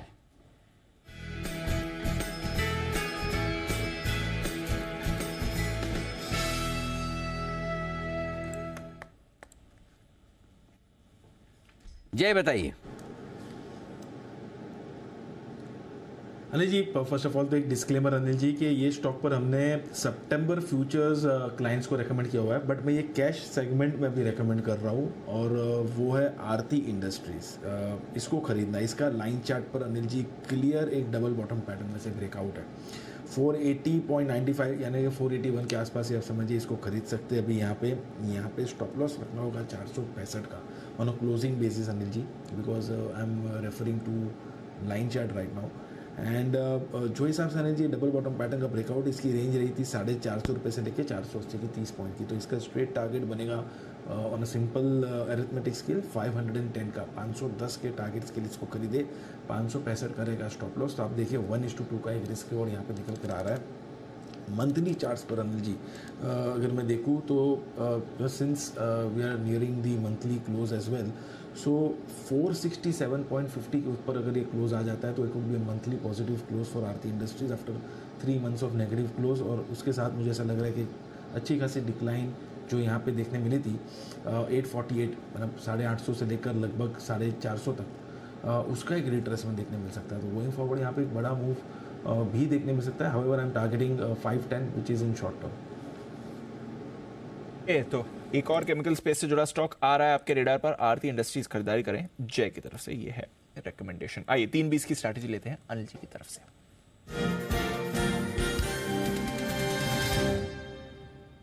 तो डाउ फ्यूचर्स थोड़ा कुछ एक्शन के मूड में आ रहे हैं, हालांकि हल्की मूव है। अभी थोड़ी देर पहले जब आपकी 2:30 बजे की स्ट्रैटेजी ली थी तो करीब 5-6 पॉइंट नीचे था, अब 30 पॉइंट ऊपर दिख रहे हैं। नैस्डैक फ्यूचर्स फ्लैट हो गए हैं। ग्लोबल मार्केट्स तो अच्छे मूड माहौल में है सर। कुछ डेटा भी आने वाला है आज, हाउसिंग प्राइस डेटा और कंज्यूमर कॉन्फिडेंस डेटा आएगा यूएस का, देखते हैं उस पर बाजार क्या रिएक्शन देता है। बट लग रहा है शायद तीसरे दिन अमेरिकी बाजार ठीक एक्शन दिखाए। क्या करके जाना है सर? लॉन्ग पोजीशन को होल्ड करें राइट। अगर आपको डर लगता है, और लगना भी चाहिए क्योंकि अमेरिका को कोई भरोसा नहीं, 2 दिन से बड़ा हुआ है कुछ भी हो सकता और डाउ फ्यूचर से कोई ज़्यादा आजकल इंडिकेशन मिलता नहीं। तो आप एक काम करें जी, 19,250 या 19,200 का एक पुट ऑप्शन खरीद कर अपनी निफ्टी की तेजी की पोजीशन को आप कर सकते हैं। देख लो आप दीप, 19,300 पे हाईएस्ट ओपन इंटरेस्ट पुट में 2:30 बजे मैंने आपको बताया, 19,400 पे हाईएस्ट ओपन इंटरेस्ट कॉल्स में, दोनों बराबर 1,39,000 शेयरों का जी बंद कहाँ हो रहा है? बीचों बीच 350 दोनों के पुट और कॉल के दोनों के जो स्प्लिट कर दिया, प्रीमियम खा गए दोनों के बीचों बीच में, मजे आ गए उन्हें। 44,500 के पुट और कॉल दोनों पर हाईएस्ट ओपन इंटरेस्ट बराबर 50 लाख शेयरों का, 19 लाख शेयर आज जुड़े, बंद का हो रहा है 44,500, दोनों की प्रीमियम खाया। ये एकदम क्लियर कट 2:30 बजे आपको डेटा में दिख रहा था जो मैंने आपके एक्सप्लेन किया। देख लीजिए पूरे 1 घंटे में वहाँ से मार्केट हिला तक नहीं है और दोनों तरफ के राइटर्स ने मस्त प्रीमियम कमाई है। इस नेचुरल प्रीमियम कमाई है तो कम होती गई। तो अगर आपने कॉल बेचे हैं, पुट बेचे हैं, तो आपका काम हो गया। 19,400 का कॉल बेचा, 19,300 का पुट बेचा, बीचों बीच बंद हो रहा है, आपका काम हो गया है ना। 44,500 का आपने पुट और कॉल दोनों बेचा, एक ही स्ट्राइक प्राइस पर बराबर का हाईएस्ट ओपन है। तो कई बार आपको डेटा आपको ऐसी इंटरेस्टिंग चीज़ कहते हैं कि आपको राइट करना है तो कैसे करना है, क्यों आपको कॉल या पुट नहीं खरीदना है, इससे आपको समझ में आता है। एकदम बिल्कुल वहीं का वहीं डॉट वहीं बंद हो रहा है, आप देख लीजिए। अब रहा सवाल कल का, बैंक निफ्टी में डेफिनेटली कल के लिए पोजीशन कैरी करने का कॉन्फिडेंस है। 44,200 का या 44,300 का पुट आप खरीद सकते हैं सेफ्टी की साइड पर, क्योंकि वो काफ़ी खबरें वो भी चल रही ना, किसी तरह के कोई खुलासे उलासे आ सकते हैं इंडियन मार्केट की तरफ से ये वो। सो ओवरनाइट पोजीशन रखने में थोड़ी सी रिस्क रहती है। सो अगर आप पोजीशन कोई भी रखना चाहते हैं ओवरनाइट तो हेजिंग जरूर करें, या दिन के दौरान पैसा बन रहा है, पैसा आ रहा है, प्रॉफिट आ रहा है तो फिर जान दें। और ऐसी सिचुएशन में एक चीज़ और कहना चाह रहा हूँ, आमतौर पर इसका मतलब ये नहीं कि जब आप पोजीशन ओवरनाइट रखते हो तो रिस्क बहुत है, तो रिस्क खाली उन्हीं लोगों की है जो लॉन्ग पोजीशन करके जाते हैं।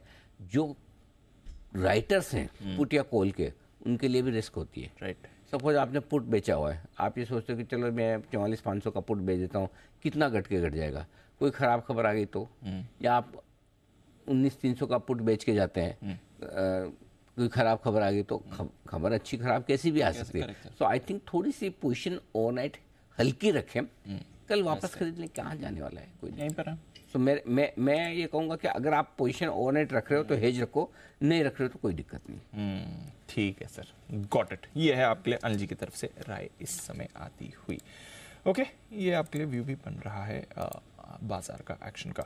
आइए कुछ और स्टॉक्स पर जल्दी से व्यू ले लेते हैं। क्लोजिंग की तरफ हम बढ़ ही रहे हैं और स्टॉक्स पर भी आप देख रहे हैं एक्शन भरपूर बना हुआ है। बस आखिरी 2-3 मिनट बाकी है। मनापुरम पर एक स्पाइक आ गया है, इसको रेडार पर रखिएगा। टाटा स्टील पर एक मूव आई है, हमारी एक्सक्लूसिव स्टोरी भी थी, इसको भी अपने रेडार पर रखिए।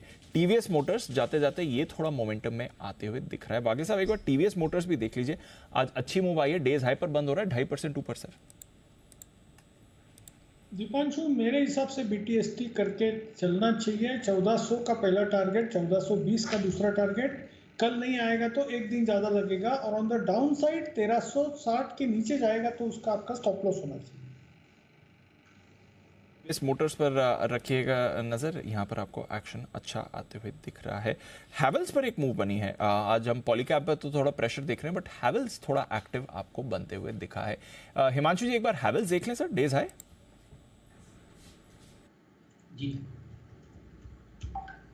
जी सेटअप पॉजिटिव है। इनफैक्ट कुछ दिनों पहले इसमें एक अपस्विंग बना था, उसके बाद स्टॉक ने वापस से अपना सपोर्ट रिटेस्ट किया है। मुझे लगता है तेजी की पोजीशंस यहां पर बनाई जा सकती हैं। स्टॉक अब की बार 1370 से लेकर 1400 रुपए तक का मूव दिखाता हुआ नजर आ सकता है, तो अगर तेजी की पोजीशंस है तो कैरी करके चलने की सलाह है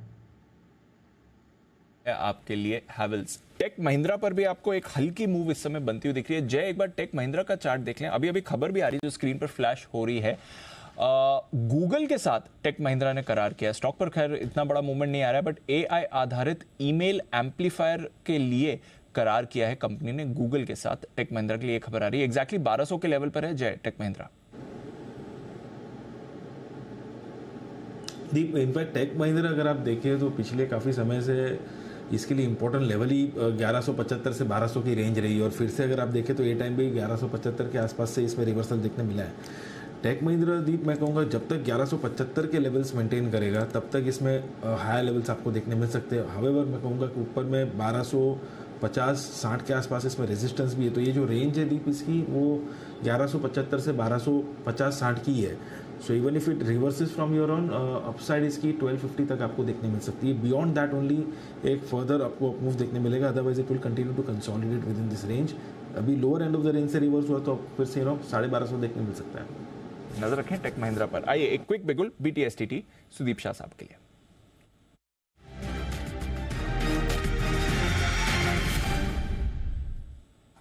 बताएं सर। दीपांशु, BTST के लिए मुझे लग रहा है कि M&M एक अच्छा कैंडिडेट हो सकता है। हम देख रहे हैं TVS मोटर में भी अच्छी चाल आ रही है, और मुझे लग रहा है साथ साथ में M&M में भी एक अच्छा मोमेंटम आ रहा है। स्टॉक पिछले 1-2 दिन से हम देख रहे हैं कि 1520-25 के रेंज से एक अच्छा सपोर्ट लेके रिबाउंड हो रहा है, और कंसोलिडेशन के बाद मुझे लग रहा है अब ये ब्रेकआउट देने के लिए एकदम तैयार हो गया है। तो मुझे लग रहा है यहाँ से इसमें खरीदारी की जा सकती है। 1535 का स्टॉप लॉस और 1610 से लेके 1620 के टारगेट मुझे कल और आने वाले 2 सत्रों में मुझे लग रहा है ये टारगेट्स आ सकते हैं। ओके, तो M&M ऑटो स्टॉक्स पर रखिएगा नजर। अभी TVS की हम बात कर रहे थे, साथ ही M&M भी रेडार पर आ गया है। एक बार फिर से थोड़ा रोटेशन के लिए तैयार हो रही है ये स्पेस। आइए फिर क्लोजिंग की तरफ बढ़ते हैं। इंडेक्स के लिए तो एक इवेंट लेस डे रहा है, कुछ ज्यादा खास नहीं हुआ है, बट ब्रॉडर मार्केट में देखिए 1/3% मिड कैप और 0.5% स्मॉल कैप आपको ऊपर दिखाए, लाइफ हाई पर स्मॉल कैप इंडेक्स आते हुए दिखाए। खैर एग्रोकेमिकल और केमिकल स्टॉक्स में तेजी थी। यूपीएल आपका टॉप गेनर है निफ्टी पर 2.5% ऊपर, हिंडाल्को टाटा स्टील मेटल्स की तरफ से सहारा, और फिर ऑटो स्टॉक्स में भी एक्शन था। हीरो मोटोकॉर्प में आपने अच्छी खरीदारी देखी है।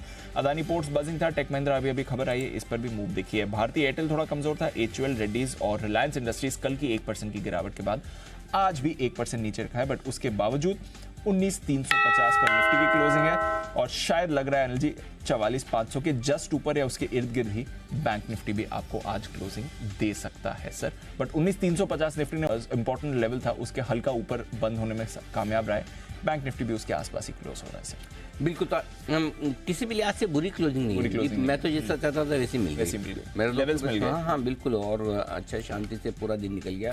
देखते हैं one day at a time, अब आगे कल क्या कुछ आपको और देखने को मिलता है।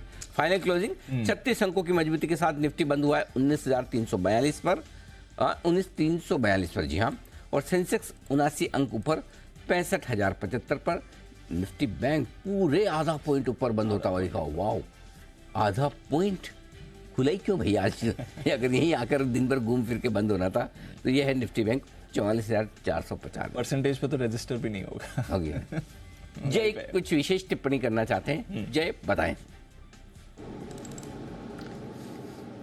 जी अनिल जी काफ़ी सोच रहा था अनिल जी कि क्या कैश का ऑप्शन में अब दूं, बिकॉज सुबह 19,300 का कॉल अनिल जी दिया, वहां से निफ्टी लगभग मेरे हिसाब से 10-15 पॉइंट ऊपर ही है, और ऑप्शन हमने अनिल जी 84-86 के रेंज में दिया, वो 79-80 के आसपास क्लोज हुआ है। सो आज कहीं ना कहीं मार्केट 40-50 पॉइंट के दायरे में अनिल जी ट्रेड किया, and it was more of stock specific momentum Anil ji rather than index में अनिल जी आज ऐसा लग रहा था कि यानी कि कुछ ट्रेड ही नहीं हो रहा है।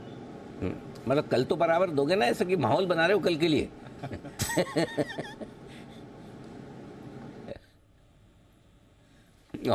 अच्छा चलिए ठीक है, जैसे कल होगी मुलाकात, और बाकी आप सबसे भी होगी कल मुलाकात। चोपड़ा साहब बहुत बहुत धन्यवाद आपका। गुप्ता साहब, चोपड़ा साहब के साथ आपका भी धन्यवाद, क्योंकि आप भी दिल्ली वाले हैं, और जयपुर वाले जैन साहब का शुक्रिया। सुमित जी, वागले साहब और जय ठक्कर साहब, मुंबई वाले तीनों मेहमानों का बहुत बहुत धन्यवाद। कल सुबह आप सबसे फिर होगी मुलाकात। मुझे और दीप को इजाजत दीजिए।